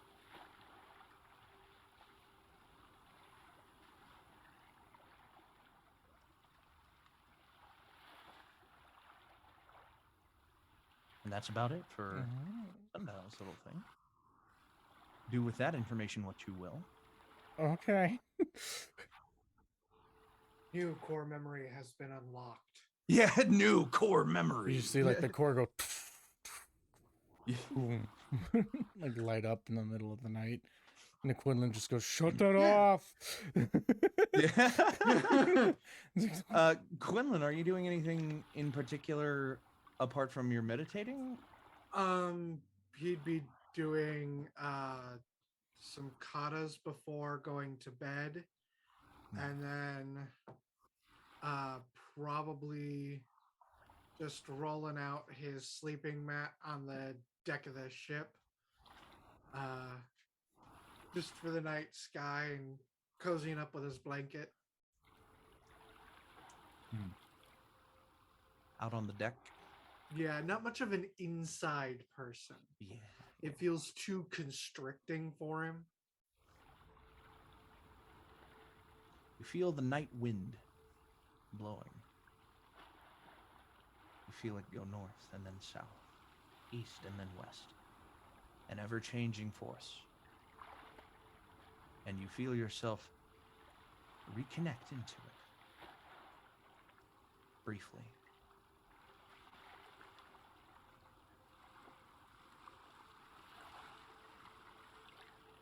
As you look over and notice Sundial in his stasis state before you like shut your own eyes to sleep.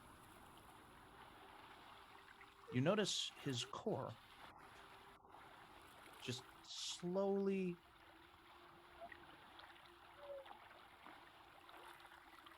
aglow, intensifying. Different color than I've seen before. Same color, just Okay. glowing brighter and brighter, and then dimmer and dimmer, and then brighter and brighter in a rhythmic, almost like a breathing pattern. This is the first time you've ever seen Sundial's core do that. It's weird. It's really weird. And as you lay your own head down, and you begin to let the night take you,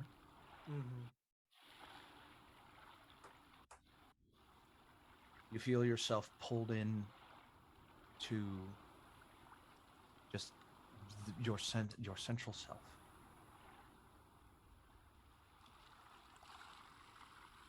darkness envelops you.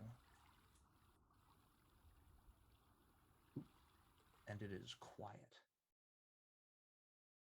Very quiet and very still. And then you hear the wind around you again. And you open your eyes and look around, and you notice that you're not on a boat anymore. You're in the middle of a vast desert.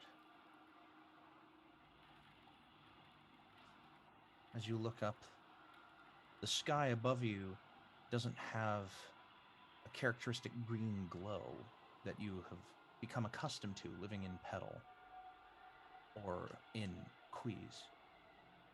Sky is almost a dark royal blue.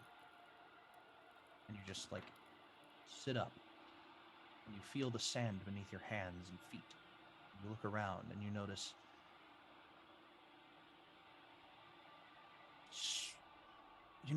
trees and like little bushes sprouting up out of the sand, full of life, full of character. Blue foliage and bright red leaves. Bark peeling off like paper strands. Animals roaming around that look entirely normal. No mutations, no extra eyes, no extra limbs, no extra heads, no extra bodies. Just calm, sane, normal. And then you hear a voice.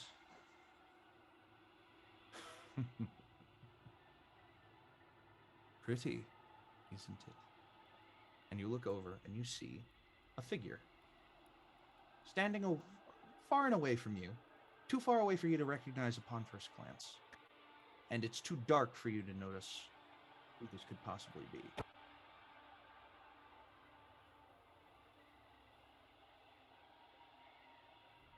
This is what we're working for. Everything that you see around you could be all ours. It could be new again, Quinlan. You just have to believe that it is. And then he fades like dust into the wind itself. And from where you were looking at him, behind you again, you hear. You turn and you see that he is rematerialized right in front of you. As you continue to sit on the ground, hands plastered to the surface of the floor beneath you.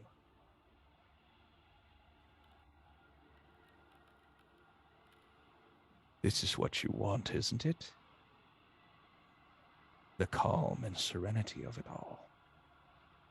No more disorder, no more disarray. The peace.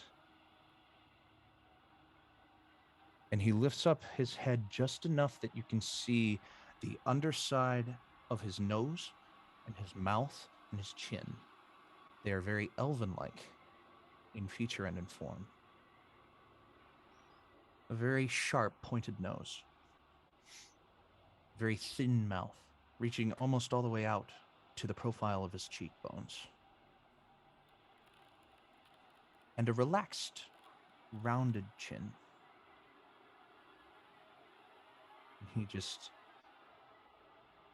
even though you can't see his eyes, it feels like he stares into your soul, and he says, "You must be aware that I'm always keeping an eye on you, Quinlan. Don't stray too far from your mission." Who are you? Call me a guardian angel. And he lifts his head up just enough for you to see just two white spots of eyes before before his face vanishes, wrapping up into a silken thread right before you, and landing on the ground in front of you, appears to be a small metal disc with a ribbon tied around a hanging ring,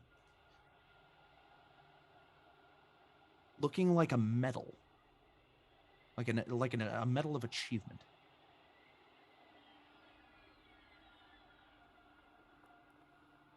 Blank on both sides. Yeah, definitely gonna pick that up. As you pick it up and you look into the medal, you see a reflection of yourself, idealized, perfected, in your own mind. And you toss it to the ground. Yep, I was gonna say I'm gonna chuck it. Yeah. And you're just like, you like look around to see if he's appeared anywhere else, and you don't see him. But you all of a sudden feel his presence very strongly.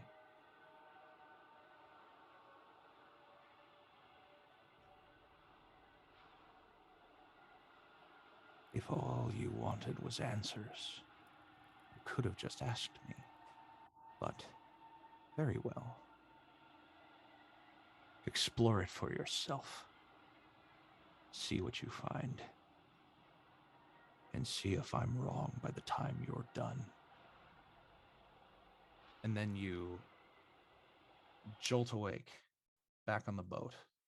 Yeah, with a yell. Around you, you see Sundial still in his stasis state. You look up, and the sky has returned to normal. Everything around you has come back to the peace that it was before you went to sleep. But sitting next to you on the deck of the ship is a coin. That was definitely not there when you came out here. Okay, gonna pick that up cautiously. Looks just like a regular gold piece. On one side, you see a very rough imprint. You see a very rough imprint of petal from above. And on the other, a smooth, flat, reflective surface.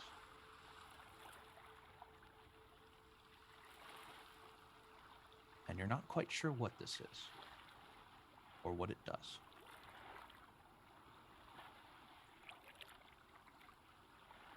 But given enough time, you might figure that out. And on that note, we're going to take our break and our leave of part 1. So, for those of you watching the stream, we'll be back in about 10-15 minutes. And for those of you listening to the podcast, be sure to tune in next week for part 2 of this episode. And until then, we'll see y'all later. Bye, everybody. See you in a little bit.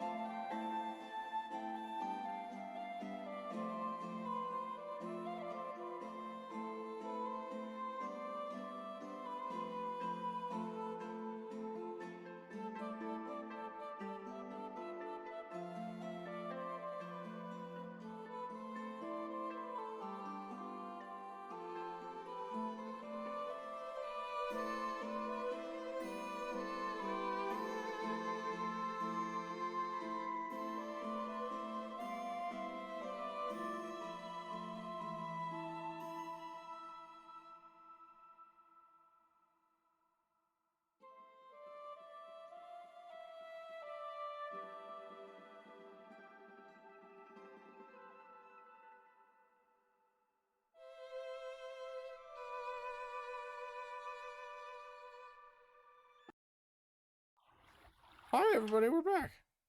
Hello. I did it again. I threw my dice up in the air because I had nothing else in my hand to do. We're back, and welcome to, for the podcast listeners. Welcome to part 2. Welcome once again to Trazhie. Hello. And unfortunately, during the interim between part 1 and part 2, our lovely Fantasy, yes, Fantasy had an emergency, Yes. so we have given her leave for that emergency. Yeah. Yeah, sorry, mates. We For hope the things rest of work this out. episode, is going to be It's just gonna be us four Four people. amigos. yeah, the 4 amigos. Yes, we're going from 6 to 4, and one of them's an imposter. Hey. There's an Wonder imposter who it among us. We is. gotta throw it off the ship. It's definitely not me. I think it's You Sundial. can just start right. gaslighting everyone. It's like, you're Oh my right. It's God. time to start killing people off, throwing them off the ship. Okay. So, Everybody get to their jobs. the rest of the night goes through without much ado about nothing. We didn't set up a watch or anything, you guys. We just fucking slept.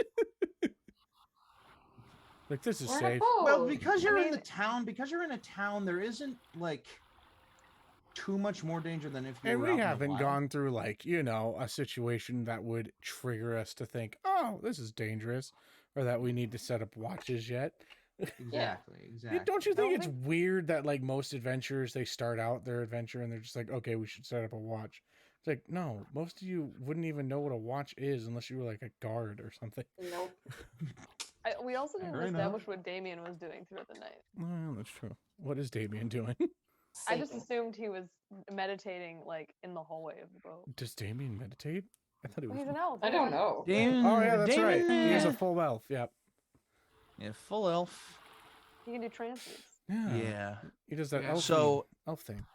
Middle of the night, Damon like completes his trance and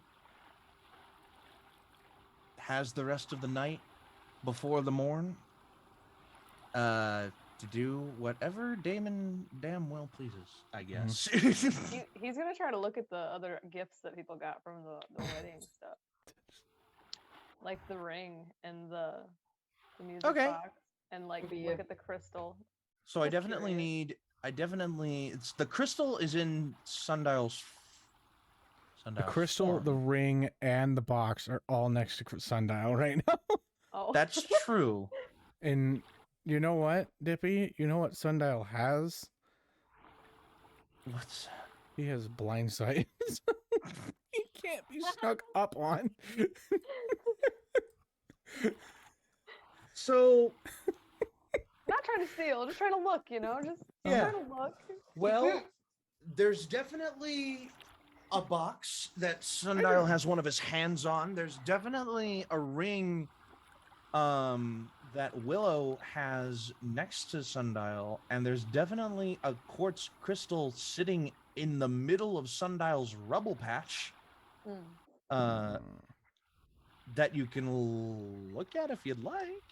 Yeah, can I like roll a check on that without? Okay, I would touching say it? if you wanted to interact with it, it would be sleight of hand. But if you just want to look, I would call it an investigation check, if you would, please. Yeah. If you don't mind, Joe.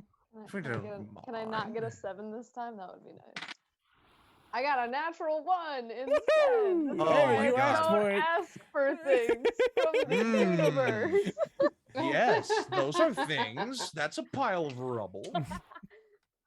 Hmm. I just And realized I don't have Sundial any just like interest in it. absolutely just peg freaking him, or like just with a rock just right into his balls.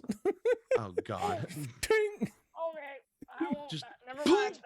Don't care I that just much. catapult it like right there in my sleep. Just ting. I would say that would require a check of some kind. From him, because that's But no, like for you to even do it without coming out of your stasis. I mean, I got technically it's anything that I can see, and I have blind sight. If he's within 10 feet of me, I can see him even when I'm in stasis. God damn, dude. Or Don't just get shoots at us. broken! Yeah. Damien's gonna take the hit and just be like, yo, don't care Okay. that much. Don't care that much. I'm just gonna sit over on the front of the moat. Fuck this. You know what? You're getting his voice down too, which is like surprising. I told you, I did some research. Totally, that I watched, Texan like, Southern 4 of drawl the just, episodes. howdy, y'all. All right, you're I'm gonna trying. you're gonna take 16 points of damage, bludgeoning damage. to him. Oh, No. You're not using the spell catapult without coming Oh, out of your okay, cool, stasis. cool. You're Never just mind. flicking a rock into his Ting. nuts. Like, that's not going to be a catapult. That's just... That's just me being a dick. Yeah. Yeah. Okay, I thought that was... Okay.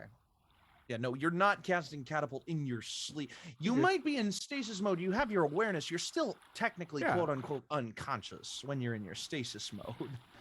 It's I a mean- weird in-between. It's a weird in between. Yeah. Well, And Damon's you gonna still take the need L. your stasis hours in order to gain your Mhm. long rest. So Yeah. you're not coming out of stasis. Let me see here. Somatic. What's somatic again? It's literally a movement. Physical. the hands. Okay. Yeah. So then, yeah, never mind. I wouldn't be able to do it, but yeah, Yeah. Sorry, buddy. you're good. I just thought it would be Anyway. funny.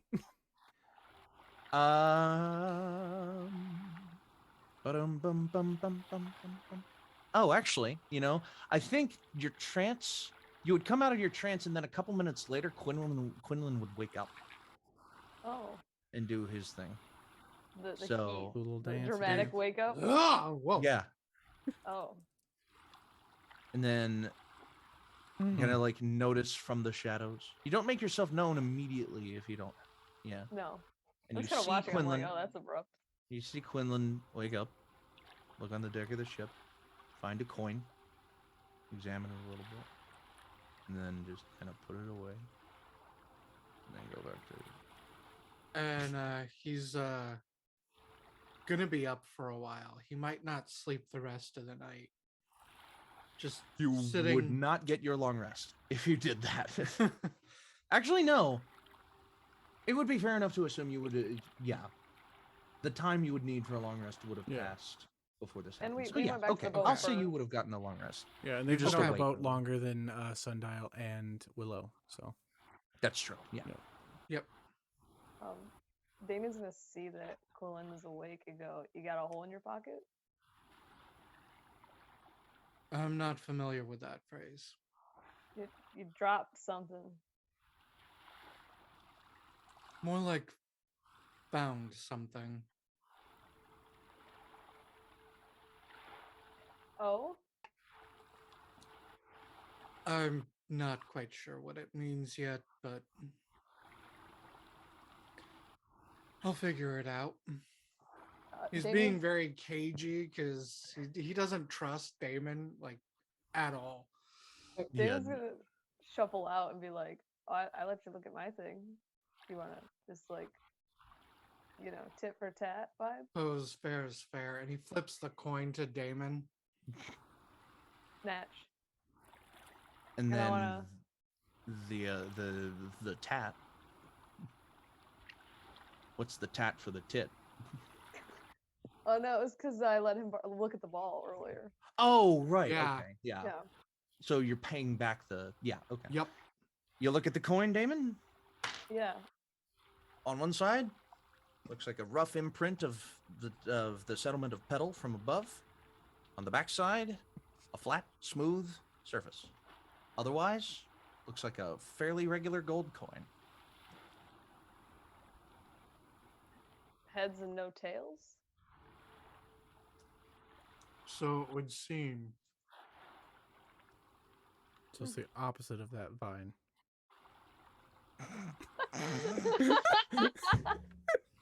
God damn it. God damn it. Somebody Bye. please clip that. I'm gonna mute myself now that I have So officially. no tails? So no tail. Throws the coin on the ground and stomps on it, falls through the deck of the ship. Flips into the water. shit! I unplugged my headphones. Oh no! Wait, where is it? Hello? Where is it? Dippy, check. There, check. got it. There you And Damon's gonna give it back and kind of think for a second. Go, maybe it was a flattened petal on the other side. Perhaps.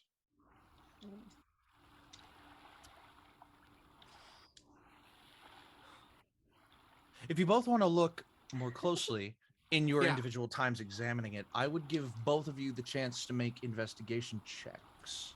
I won't warm up my dice this time because it's being Yeah. not being nice for me to do. Warm it up.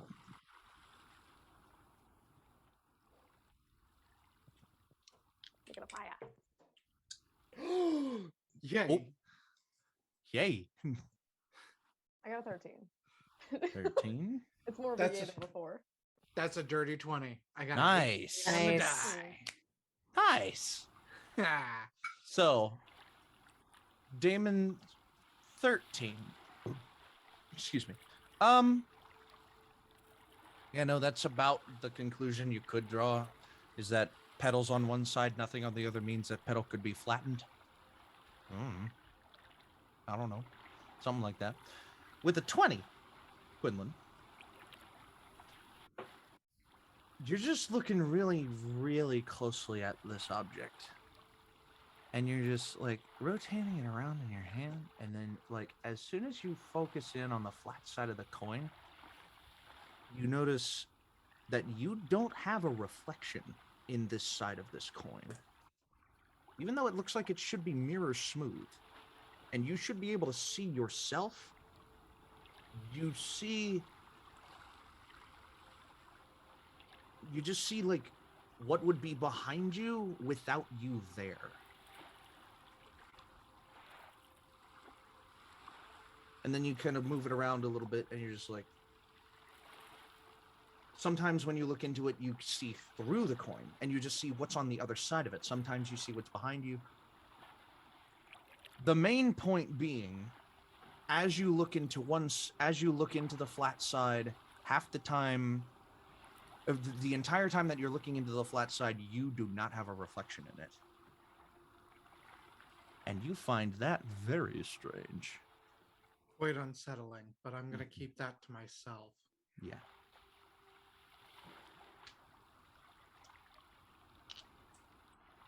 And because you got a 20, a dirty 20, you can also make an Arcana check on it if you'd like. Yes, please. Because that doesn't seem regular. That doesn't seem like something a regular coin would do.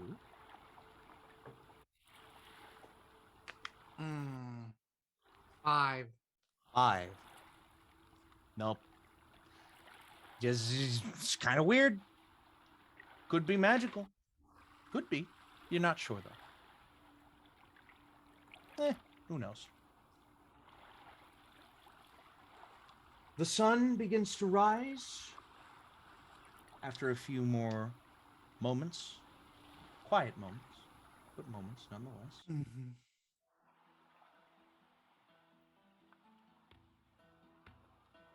And as you all eventually rouse from your slumbers and rise to the occasion, Tesla, you wake up with a mouthful of grass.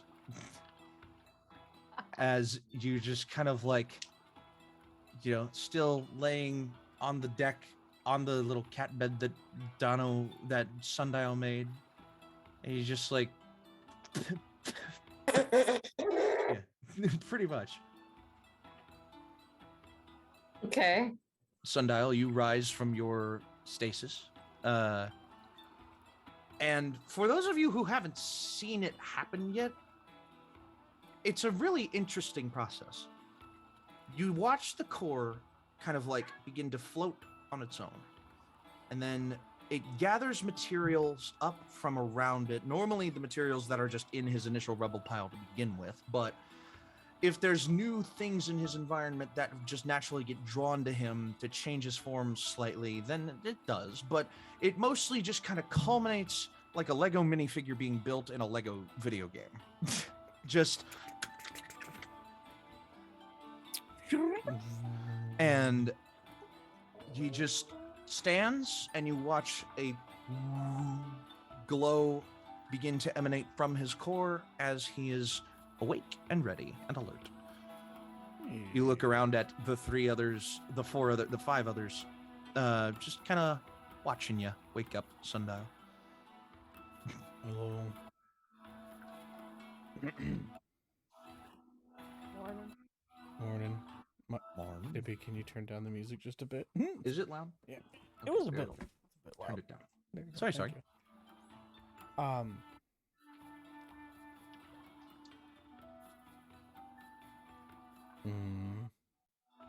Sundial. Yes. You have very little, if any, memory at all of what you saw the night before or heard.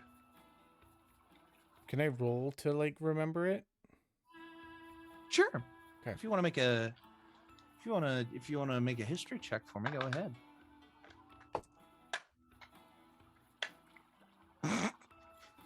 Uh-oh. Didn't end up too That's a good. 19, my dude. 19. That Mhm. ended up fantastically, actually. Yes. Okay. I'm proficient recall- in history. You recall that when you listened to the song from the music chest in the night before you went to your stasis, as you fell to your slumber, the song continued to play in your mind, and you saw a vision of something that you did not recognize. It was a strange vision, almost like a life that was not your own, in one way or another. I think you've heard Zog describe them before as dreams. Mm. It was weird. Looks at Willow, who's still probably sleeping. Yeah, Mosaic.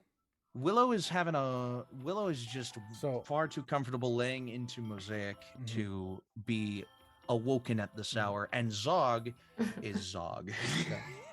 And I'll say Sundial doesn't Zog- sleep as long as everybody else because Warforges only have to get 6 Yeah. hours. So this morning, the four of you are awake before the other two are. Yeah. Let's try to keep it that way. Let's Mhm. try to keep it.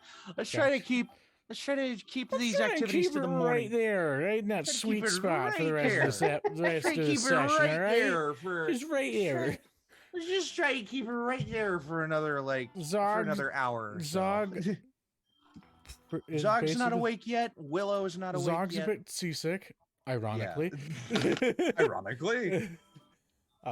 I would think that he would have gotten drunk off of some alcohol. And Yeah, been sleeping probably. off. He probably Oh, drank. yeah. He probably drank like. Yeah, drank a he little to drank get to sleep. like I'm gonna say that he would have.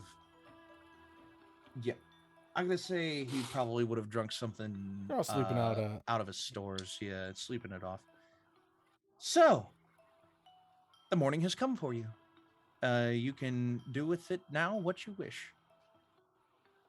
Tessa will put her face back into the grass. It's comfy. Doesn't know when the last time was that she felt grass. Touch grass.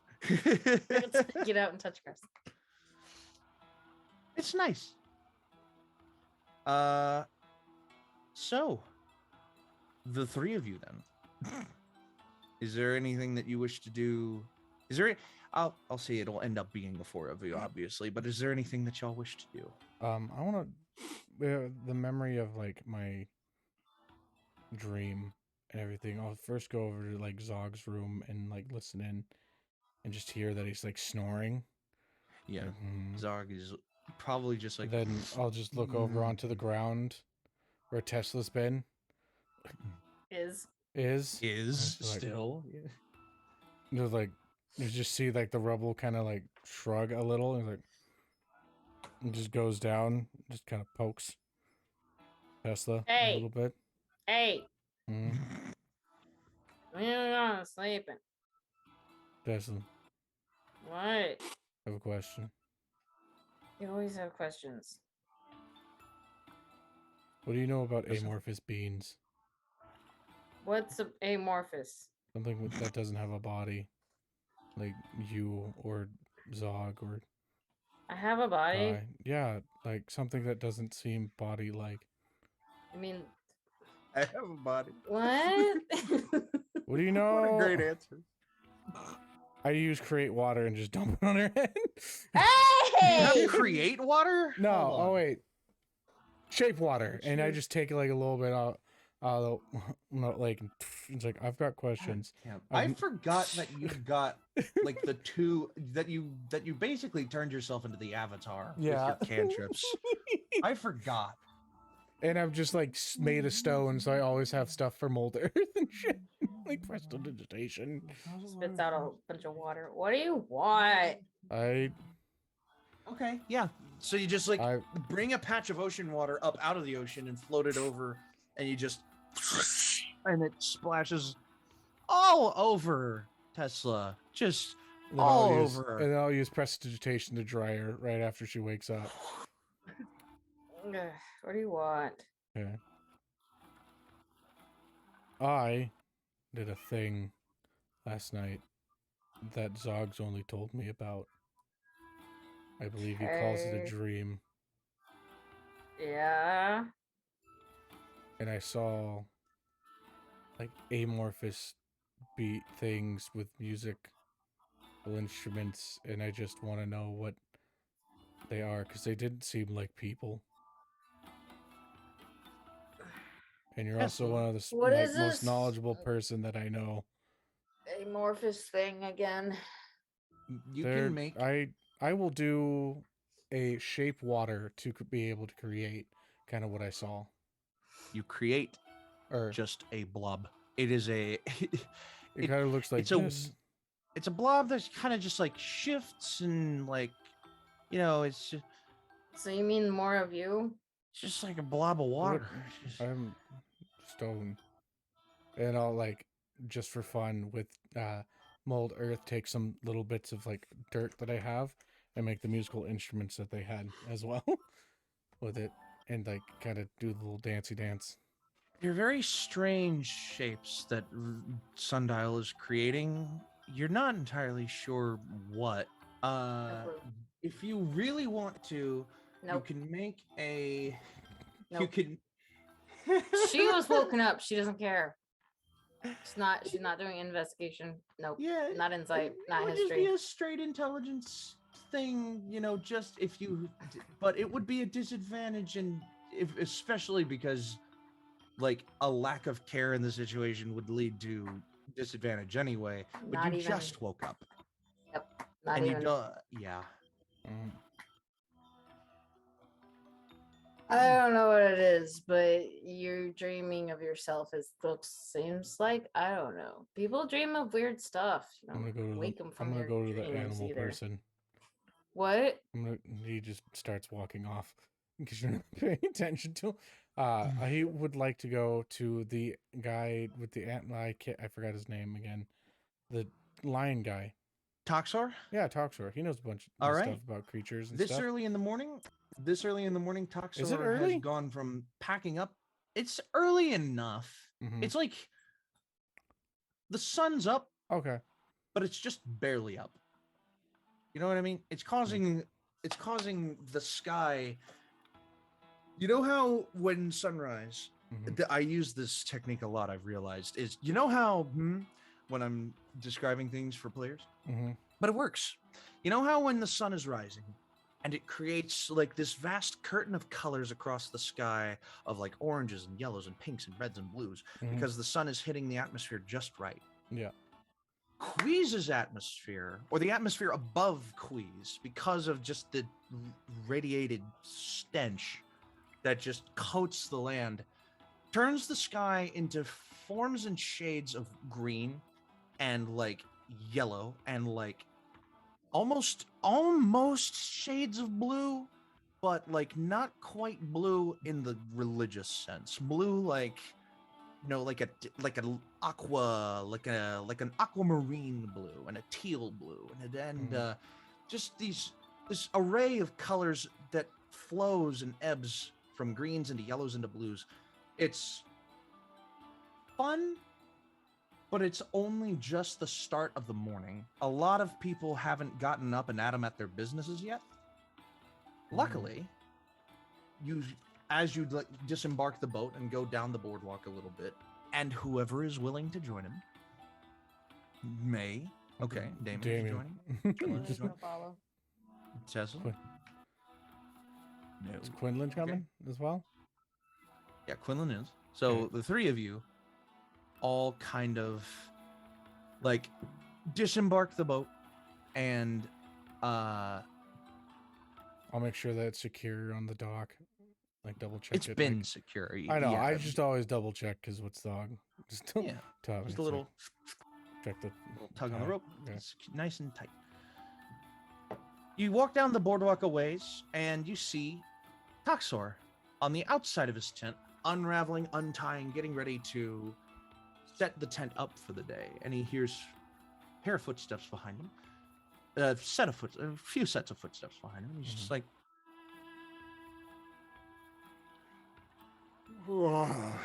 big yawn, big teeth, up from top and bottom of mouth, loud yawn. Just You lot are up early. Yes. have I- you even had time? And he rubs his eyes. To set up shop yet? I was just getting started. Did you want to help out, perhaps? He's just like, Will you Would pay you me? do? Would you do it in exchange for some information? How much do you know about creatures?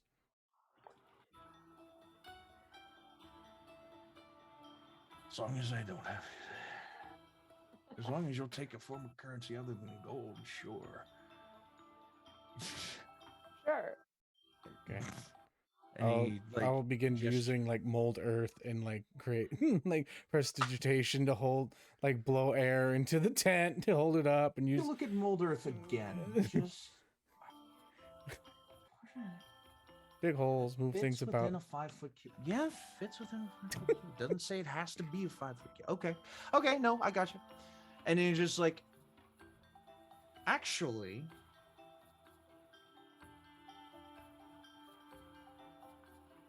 no, you don't, because this Okay. is a boardwalk made of wood. Got it. and, Yeah. Well, I made a stone, so Okay. Love it. So you just Loophole. a couple of parts of your body then just kind of like Yeah, just I'm just come out using my and- actual body. It's just kind of you're using your okay. Yeah. Okay. No, yeah. Yeah.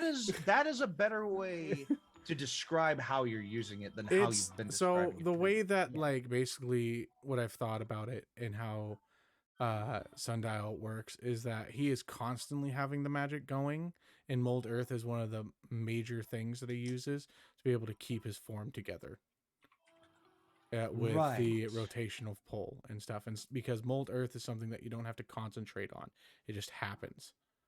But not like you can like keep it going. So that's something that the So- orb works with. And then like shape water can Right. it creates like a bit of like an atmosphere situation around him, creating the gravitational pull that holds. So his it's just body like a together. constant little thing that he's always got on like on the back of his mind, but he doesn't need it to Mhm. like subsist. He Yeah. just uses it to, make Mhm. himself look better, That kind of thing. I got you.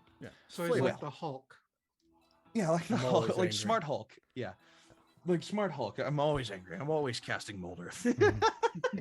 I'm always casting I spells. am Mold Earth. Mhm. I am Mold Earth. So,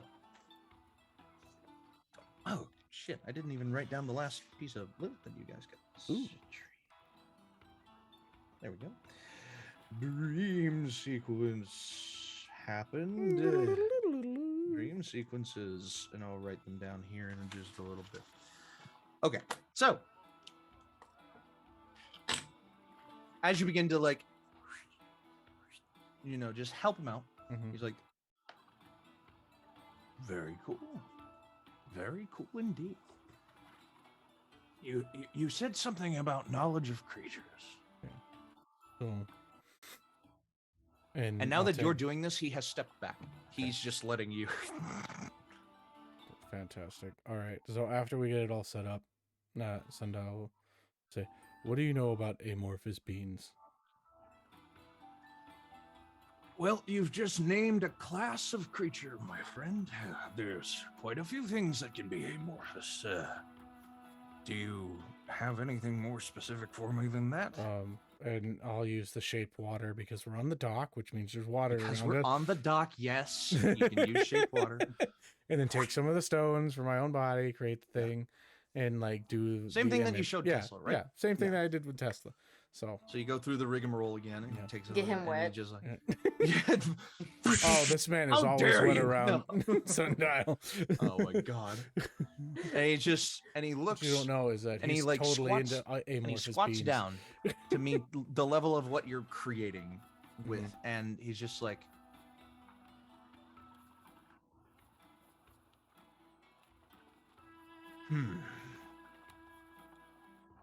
I have no idea what it is that you've built in front of that thing, but...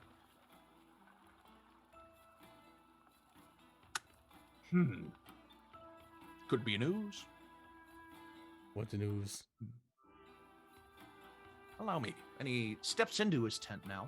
And you remember from the last time that you were here, there was kind of like a magical, like, almost like a mosquito screen Mm-hmm. around his tent, so that like he could keep the environment inside of it comfortable for the animals. He walks inside, and you notice that his form and all the forms of it, all the shapes on the inside are just kind of like blurry in the light.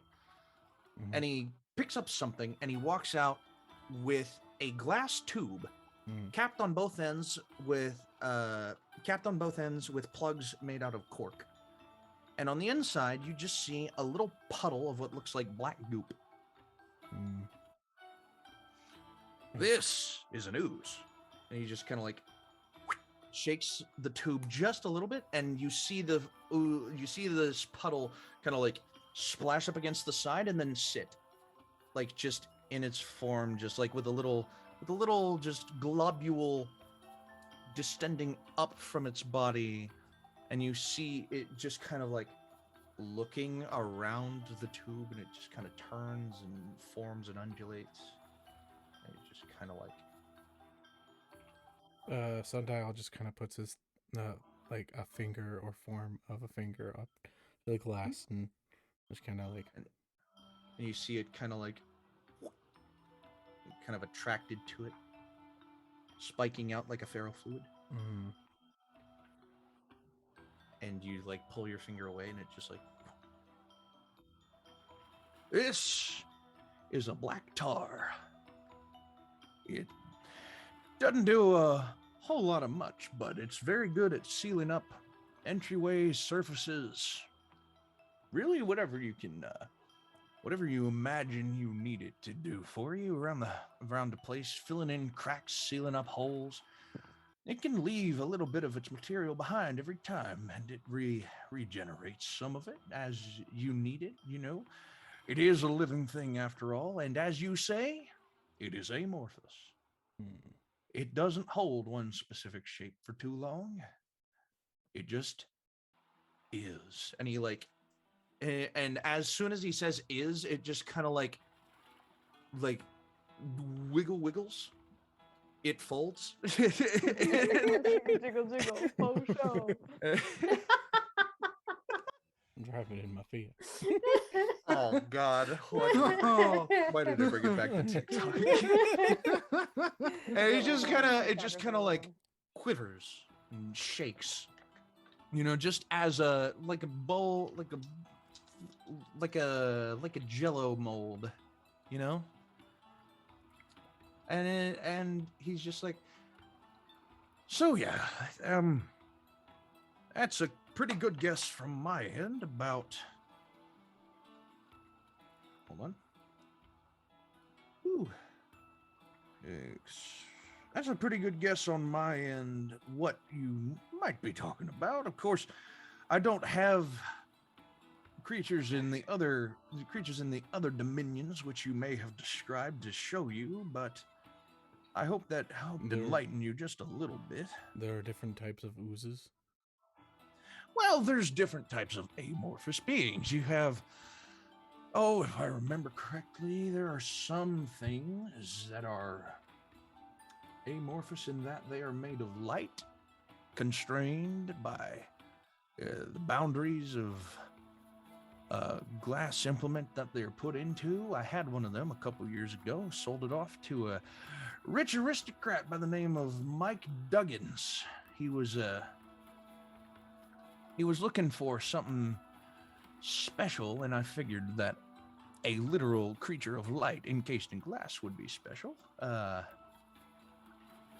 But there's not too many more creatures that are more common than oozes in your case. How do you spell Mike Diggins? Mike Duggins. Duggins. Mike Duggins. M-I-K-E. Mike. Duggins. D-U-G-G-I-N-N-S. Duggins.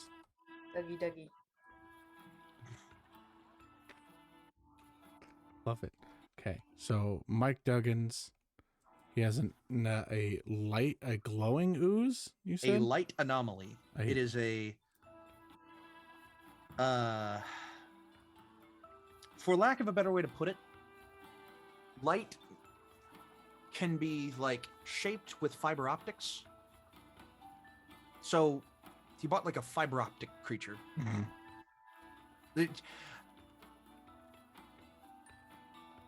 I mean, that's just about the way that I can put it for now without, going too deep into it. Okay. So,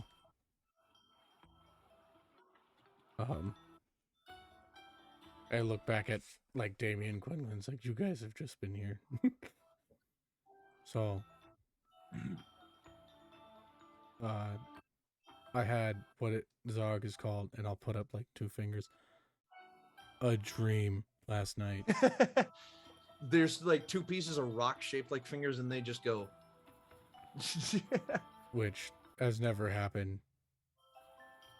And I saw one of these, and I'll look to like the ooze, but it's like bigger, and they were playing music.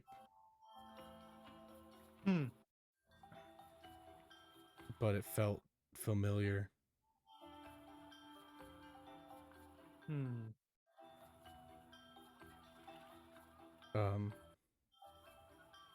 Where does this Mike Duggins is the word preside? Reside. Reside. Thank you. Well, it's been a couple of years, but Thank you for the bits. Oh wow! Thank you for the bits. Oh my goodness! My goodness. Didn't even see how many that was. Woo! 500 bits. Thank you for the bits. Damn. Thank you for the bits. Oh wow. Yeah. Nice. Thank you. So he Intimidated. says, well, it's been a couple of years since I interacted, but when I sold it to him, he said he was. hold on. Gotta open a sheet here. Gotta open my master planner of the world. Said he was heading to.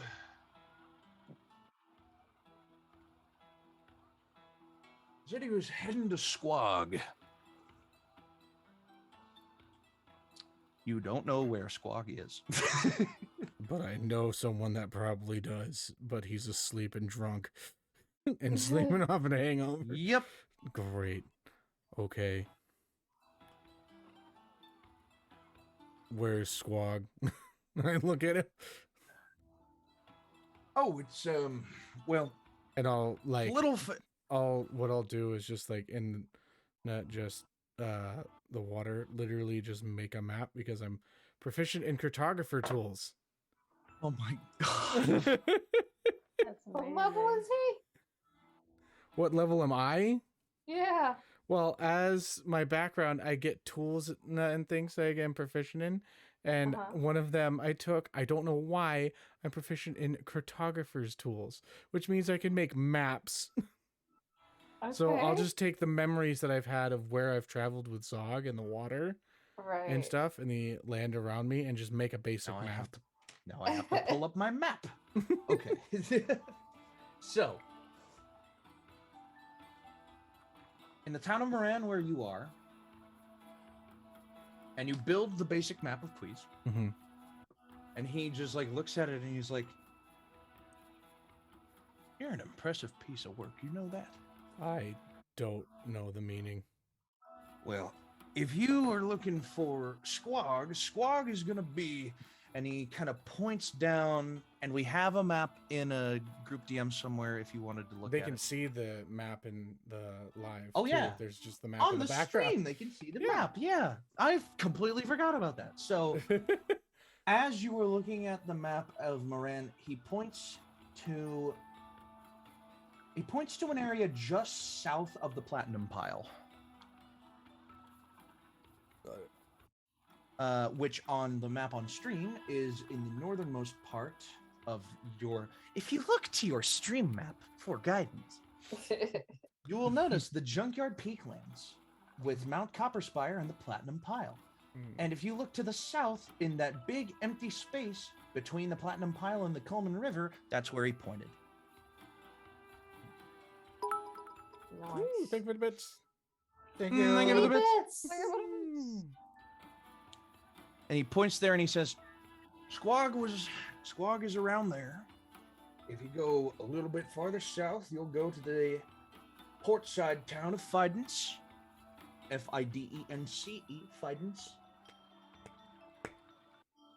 And just south of that, you'll come to the, well, for lack of a better way to put it, the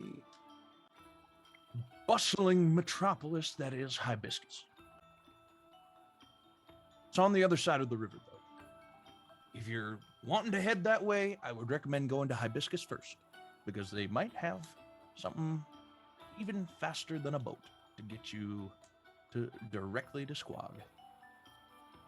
All right. Now, I believe that's all the information that'll pay for your services. So, I've been told that I need to say thank you. well, let me tell you now that it is a... well, let me tell you now, you are welcome. You have a lovely day. You as well. And I'll turn to Quinlan and Damon. Be like, you guys know how to drive a boat?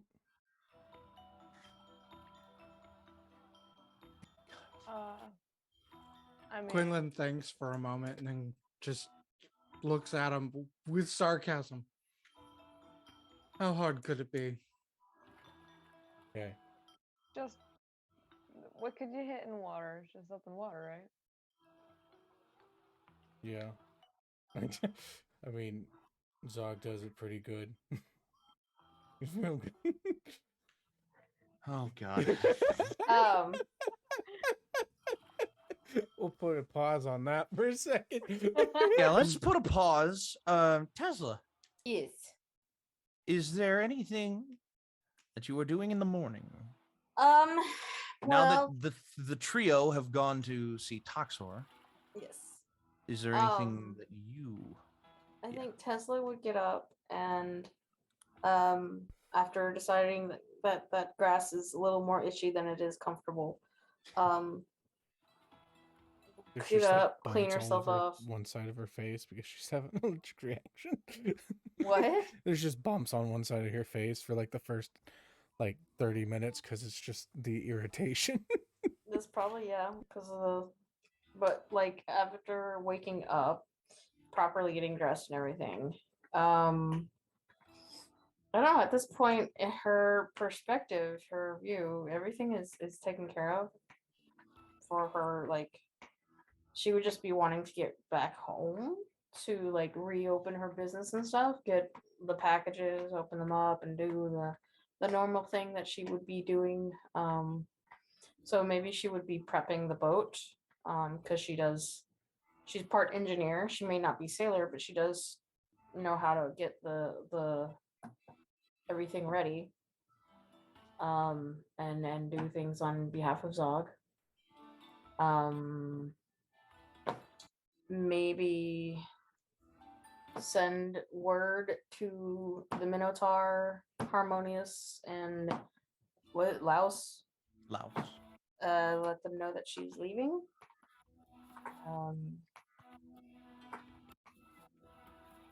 That sort of thing. As you actually, it wouldn't be too hard to get in contact with Harmonious and Laos in the city, because they're just kind of hanging out in the city now that they're technically out of a job. So a little bit later on in the day, as a theoretical disembarkment of Zog on the boat is occurring, this is all going to be stepping into the land of the time unknown, because but Harmonious and Laos kind of make their way together towards your we got to stretch. Gonna make their way together to the port where your boat has been the boat has been docked for a little bit now. And they're just like, they both kind of approach and they're like, well, I heard tell that you sent for the both of us. And the Louse is like, yeah, both of us. That's a little bit weird, but we're both here. So, was there something that you think was there something that you needed from both of us? and looks up to Harmonious and back to you. Oh, I was just on my way out. I think I'll be returning to my business. Oh, Want to say good meeting with you guys, and thanks for all your help. And she'll give them each 2 gold coins as a parting gift, as a parting because like I said, at this point she's pretty sure she's just going back as soon as everyone boards the boat, unless there's some kind of something that intervenes, I guess. Like, They both kind of look at you and they're just like, well, we do truly appreciate you helping us out there. Got both of us out of a pretty hairy situation, I guess. and well, you certainly left both of us. You certainly got both of us into a better mindset than to work with, well, somebody like Guy. And I don't know if we've made our thanks clear enough or not, but I will speak, at least on my behalf, to say that if there's anything that either of us could do for you, you just come right back and you let us know, okay? absolutely, most definitely. She looks at the kid, Louse. No more stealing from the blacksmith, all right? Okay. Because he is more than likely going to be Do you have a recommendation for another way to get money then? Because my last job dissolved overnight, pretty much. well, considering he was paying you in pennies, it really wasn't much of a job. But how good are you with your hands? Oh, You seem well, to be pretty light with them. I'm taking a lot of things has made me quite, I could do a lot with these here hands. And he just, like, individual dexterity over each of his fingers is demonstrated pretty well, I suppose. If he had a coin in his hands, he would do the little coin rolling trick across them, and just like flipping it up into the air. He would be doing pen tricks at this point, basically, if he had a pen on him. How old did you say you were? I don't know what the number after. I don't know what the number after 11 is, but more than that. Oh gosh. Wait, no, Well- no. Hold on, pause. Hmm. I had him at a different age. Hold on. Wait.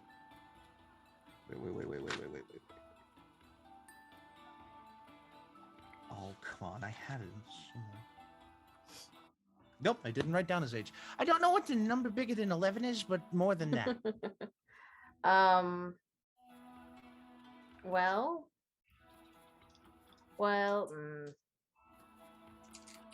Gosh, you would I need only the- know that because I have 11 brothers and sisters, and my 3 parents. Jeez. Tell you what.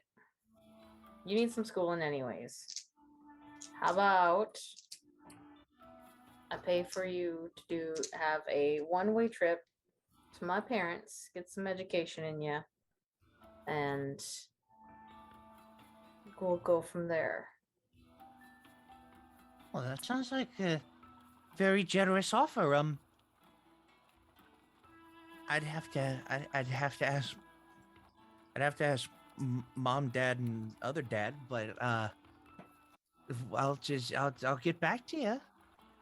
I am waiting for my captain, the big Zog, to wake up. But as soon as he does, we'll find out when we're leaving. But until then, I'm gonna be here for the foreseeable future. Probably the rest of the day. I don't know. We'll see. I'll be back in a flash then. Just Okay. don't leave without me coming back. And he like, Okay. and then Harmonious looks as he runs off, and he's just like, got some energy in him. I know that much. For sure. I worked close enough with him that I certainly would know that much. So, I'd best be off then. And he You turns. stick around. You stay close. I don't know if I'll need you, but I'll keep in touch. And then he like goes up and leans against a wall in a nearby alley. So,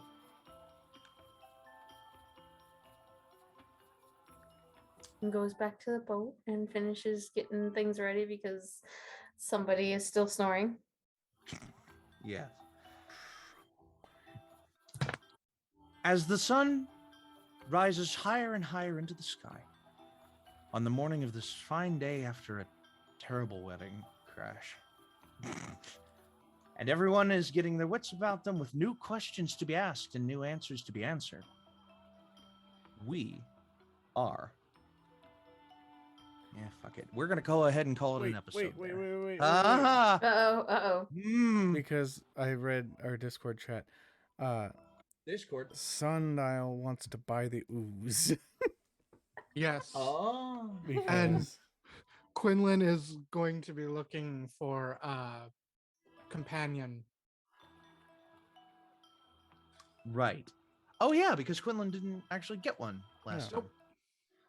Okay. So a little bit later in the day, once the light has come up a little bit higher into the sky, the three of you, or at least the two of you, no, the three of you, yeah. we're all still there. We helped set it up. Right. Well, as you hang around, and then Toxor officially comes back out of his tent after getting all of his specimens ready, kind of does a little bit of his barking, to the he's a lion, does a little bit of his roaring. Wow, that was a stupid joke to make. And he just speaks out into the morning air of the boardwalk, just saying, friends, you know me far and wide. Come and visit Toxor's traveling zoo to see what you may find inside. And he just like lets out a mighty bellowing roar, as he did a few days before, and officially like draws back the curtain on his little traveling tent and shows off the inside. The first time you went, he had the scene of the magical walls on the inside set up like a little meadow in a valley. This time, he has the scene on the inside of his walls and set up almost more like a rainforest. a lush, dense green and blue jungle rainforest with like heavy, frondy leaves and thick underbrush. And as you step inside, most of the specimens on the inside are entirely different from the first time that you visited him. And standing around on the inside once again are a couple of people. Just kind of perusing, looking back and forth between the animals and stuff. And they're just, the animals are looking fine. The people are looking fine. Everything's ready to be browsed. Quinlan, what you looking for? As you go inside, you mention the ooze to him again, and he's like, so I did catch your interest. Well, let me go grab him again. And he steps behind what looks like a little dividing wall, and then comes back out. Ooh. What?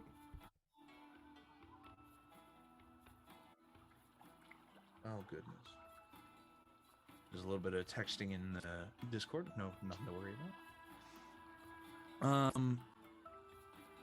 Goes back behind a dividing wall and comes back out with the same jar of this black tar ooze. Which I am legitimately going to have to look at the Monsters Manual to see if I got that right or not. Hold on.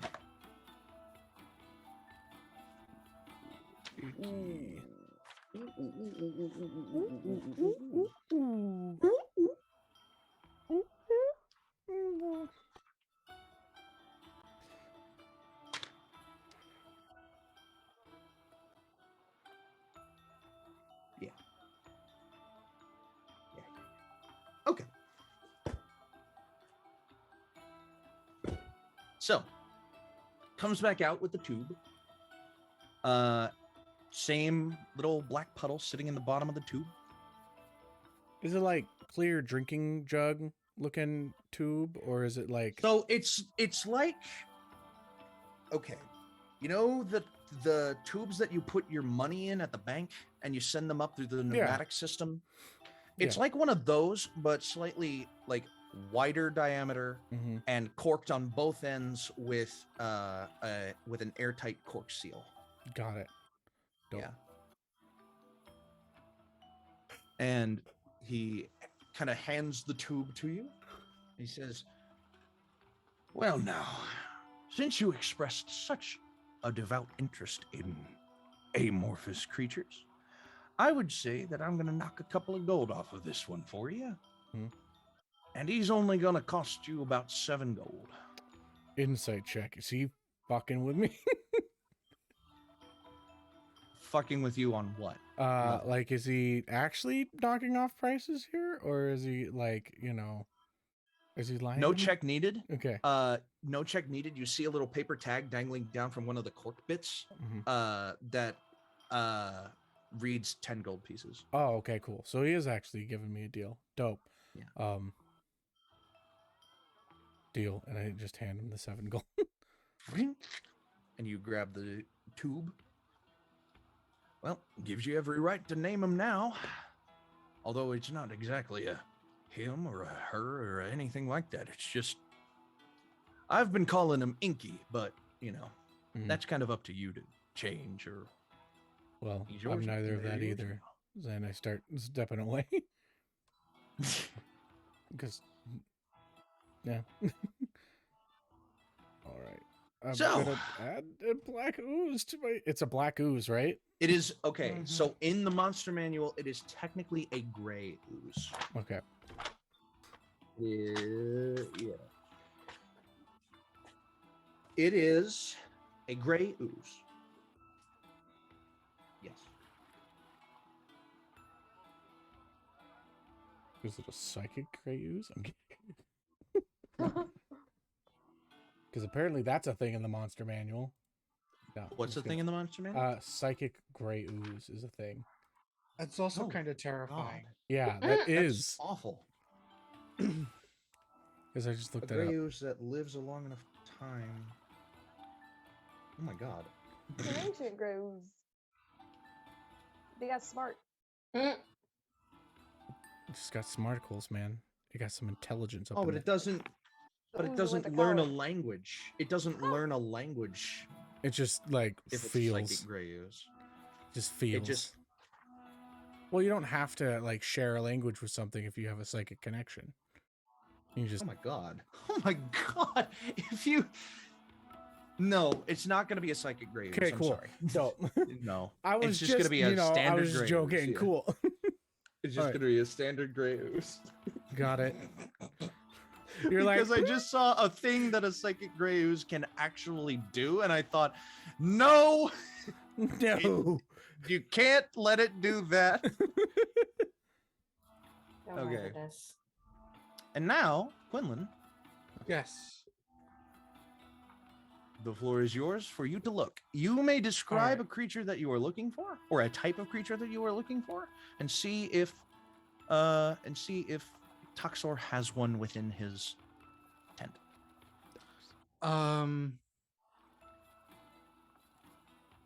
He's But it's gonna Fleischer ask. No. No. He's gonna look at Toxor. Do you have anything flying? Absolutely. And he kind of gestures over to one corner of his tent. Mm-hmm. You see in a little bird cage, you see a raven. You also see a great horned owl. Except there are actually horns coming out of its head. They're small Nice. ones, but they're small ones, but taking the name pretty literally in that sense. My Kind of phone's like about- that. The raven also has a it's almost like its beak is like it's like a longer, slender beak, kind of like an ibis beak, or just almost like an anteater nose of a beak, instead of just the typical corvid like type beak. And in another cage,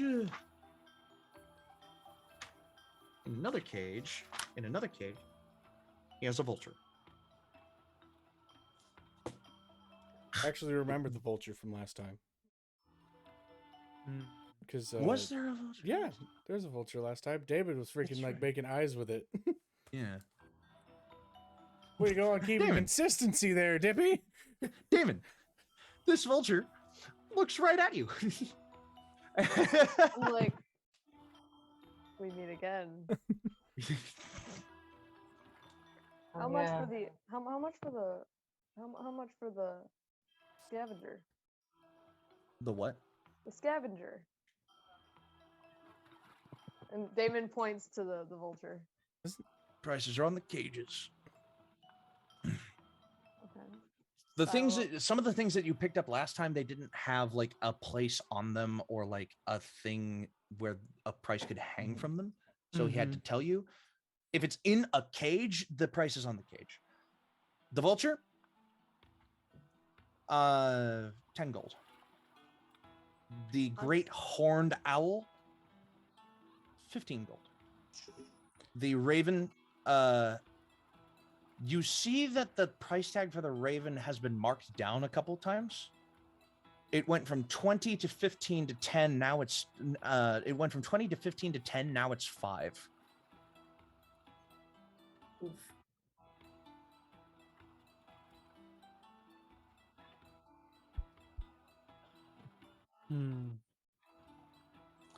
He Quinlan looks at Troxor.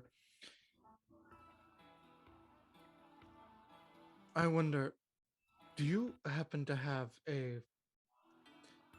flying snake?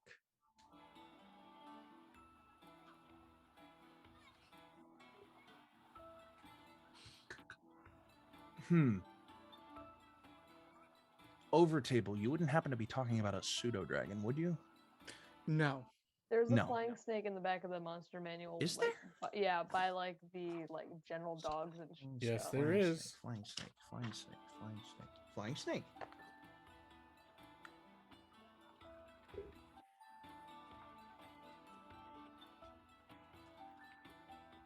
Brightly colored winged serpent. Found in remote jungles.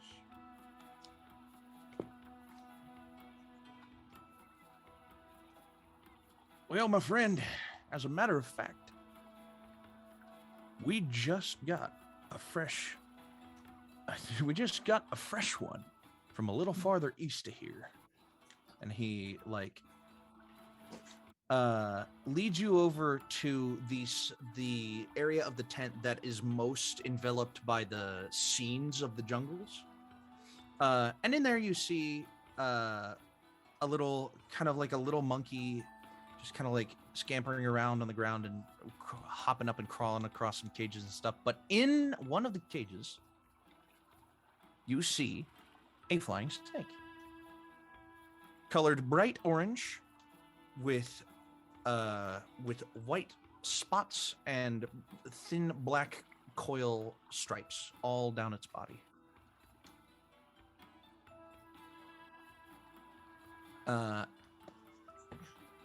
How Very much is that one? Sitting in its cage, the cage has a price tag of 20 gold.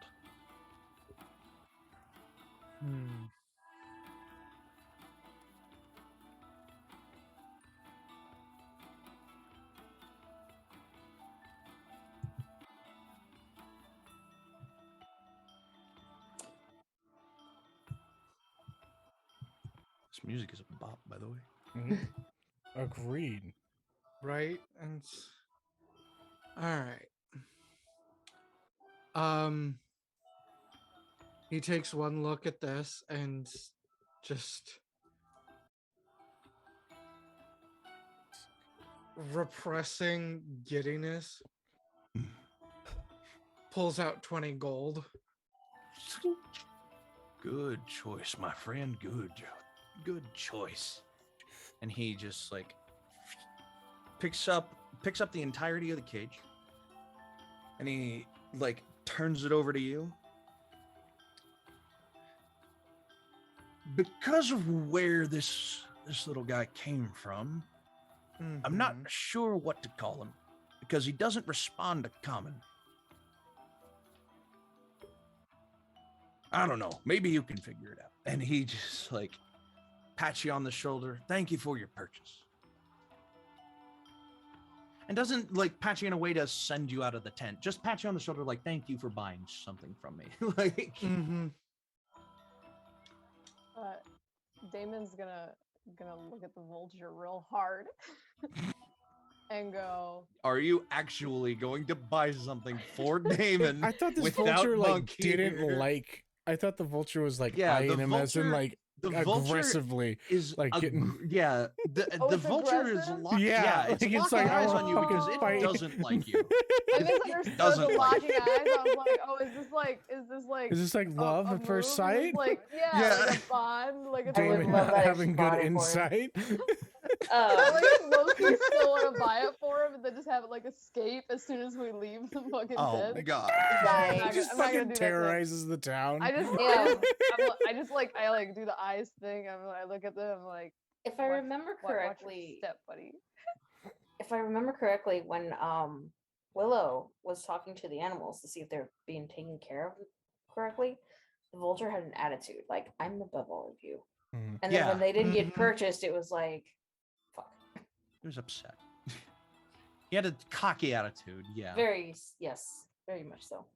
Okay. Kind of perfect for Damon. Mhm. Kind of. I'm not gonna spend his money. I'm trying hard not to spend his money. Right? Not my money to spend. And we are coming to Yes. an end here. Yeah. All right. So,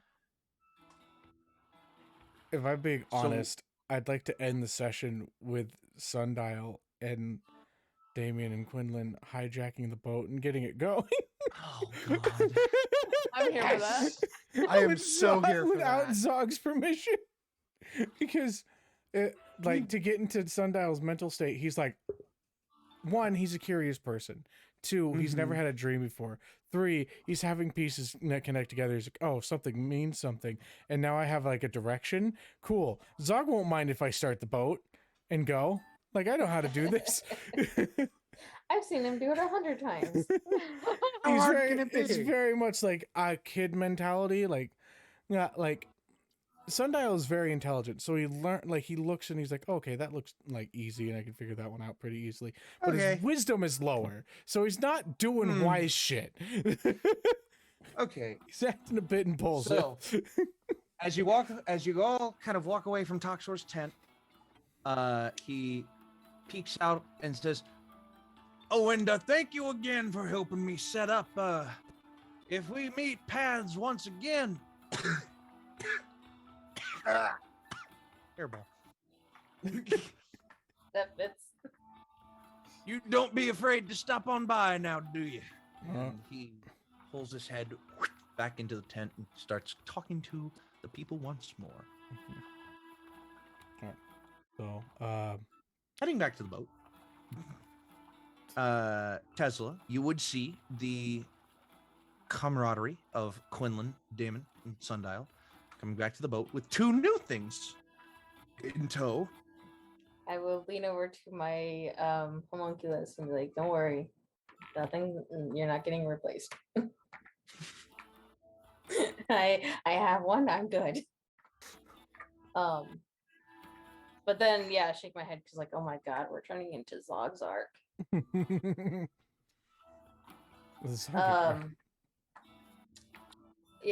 Head up to Zog's door. Zog is still asleep. Willow is just coming out of slumber. It's kind of like, morning, you know. Mm-hmm. But the 3 of you look like you're on the warpath. Yeah. Well, because I know how to do this, instinctually untie the rope from the dock because I checked it. One swift pull, just like I know how to do the quick release. Jump onto the boat, and it just starts floating freely a little bit. Oh no! She like, starts to freak out. I just look what, at what are you doing? I just look at Quinlan and Damon and just be like, give them direction of like what to do, of what Zog tells me to do all the time. Like right when we go to start, and then Sundial's gonna go up to the wheel, and he's just like, all right, I've seen this done 100 times. The way that Zog's boat is designed, his wheel, his captain's quarters and his bridge are like one in the same room. Okay. So you would have to go into the room where Zog is sleeping. Got it. Cool. I do that. Try to take control of the boat. Okay. Is the door locked? Are you knocking down the door, or because he? I checked the door. Is it locked? Dog wouldn't keep his door locked. I don't. Okay, think. cool. I open it up. Just really. Because if not, I do have thieves' tools. You open up the door.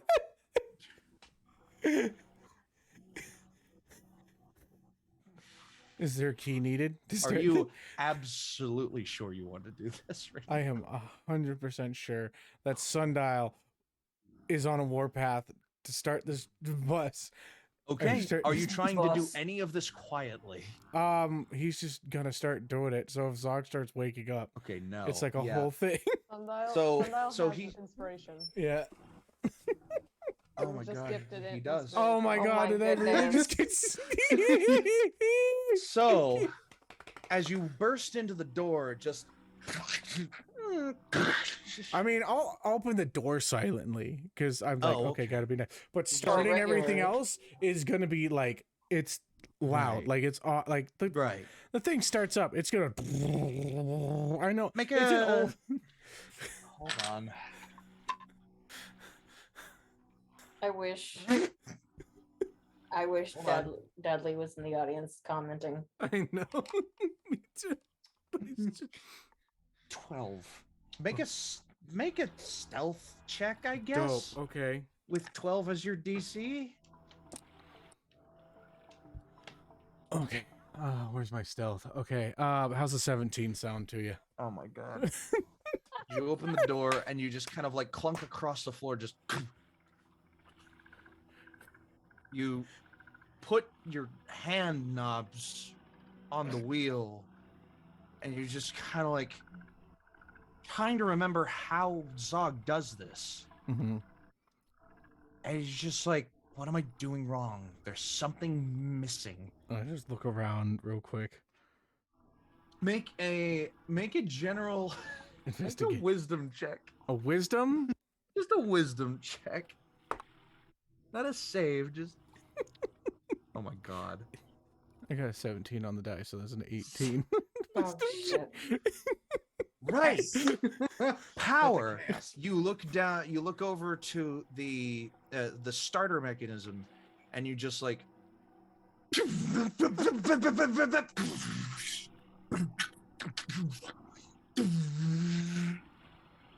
Oh my which gosh. definitely wakes Zog up. Mm-hmm. I like to And think that he like and rolls like out of bed. jolts He's him out of his bed. Yeah, just like whoa, and lands on the floor. And he's just like, hey, buddy, what are you doing at the wheel, man? I just go, we have our heading, and then we end the scene right there. And you just floor it, and Oh my so as god. the, Awesome. as the intrepid troop Terrified. makes a new course to destinations unknown, setting into motion a brand new plot for them to discover, we're gonna end the episode. Awesome. That's amazing. Oh my god. Dog is definitely going to have to watch this episode to catch up. Yeah. Oh, As yeah. is Monk. Well, I mean, he can always just ask, like, what happened during. Yeah. He's I like, what took the notes fuck's going for on? Monk. Oh, thank God. Okay. Yeah, and I always Notes tend to take pass notes on. too. Ah, Yeah. what a brand. I'm what a glad we great didn't idea. end like 30 minutes ago, so I can be able to do that. Yeah, no, an extra 30 minutes is not going to hurt. This is about the normal episode time anyway. So, guys, thank you so much for watching the In-Quy'zz-ition. For podcast listeners, thank you for coming to the end of part 2. And I guess I got nothing else to say. We discussed during intermission, we might be running an episode next week. We're going to come to that conclusion and we will let you know over the course of our other shows. But until next time, your adventure matters. Roll for your initiative. Have a wonderful night, y'all. Goodbye. Bye.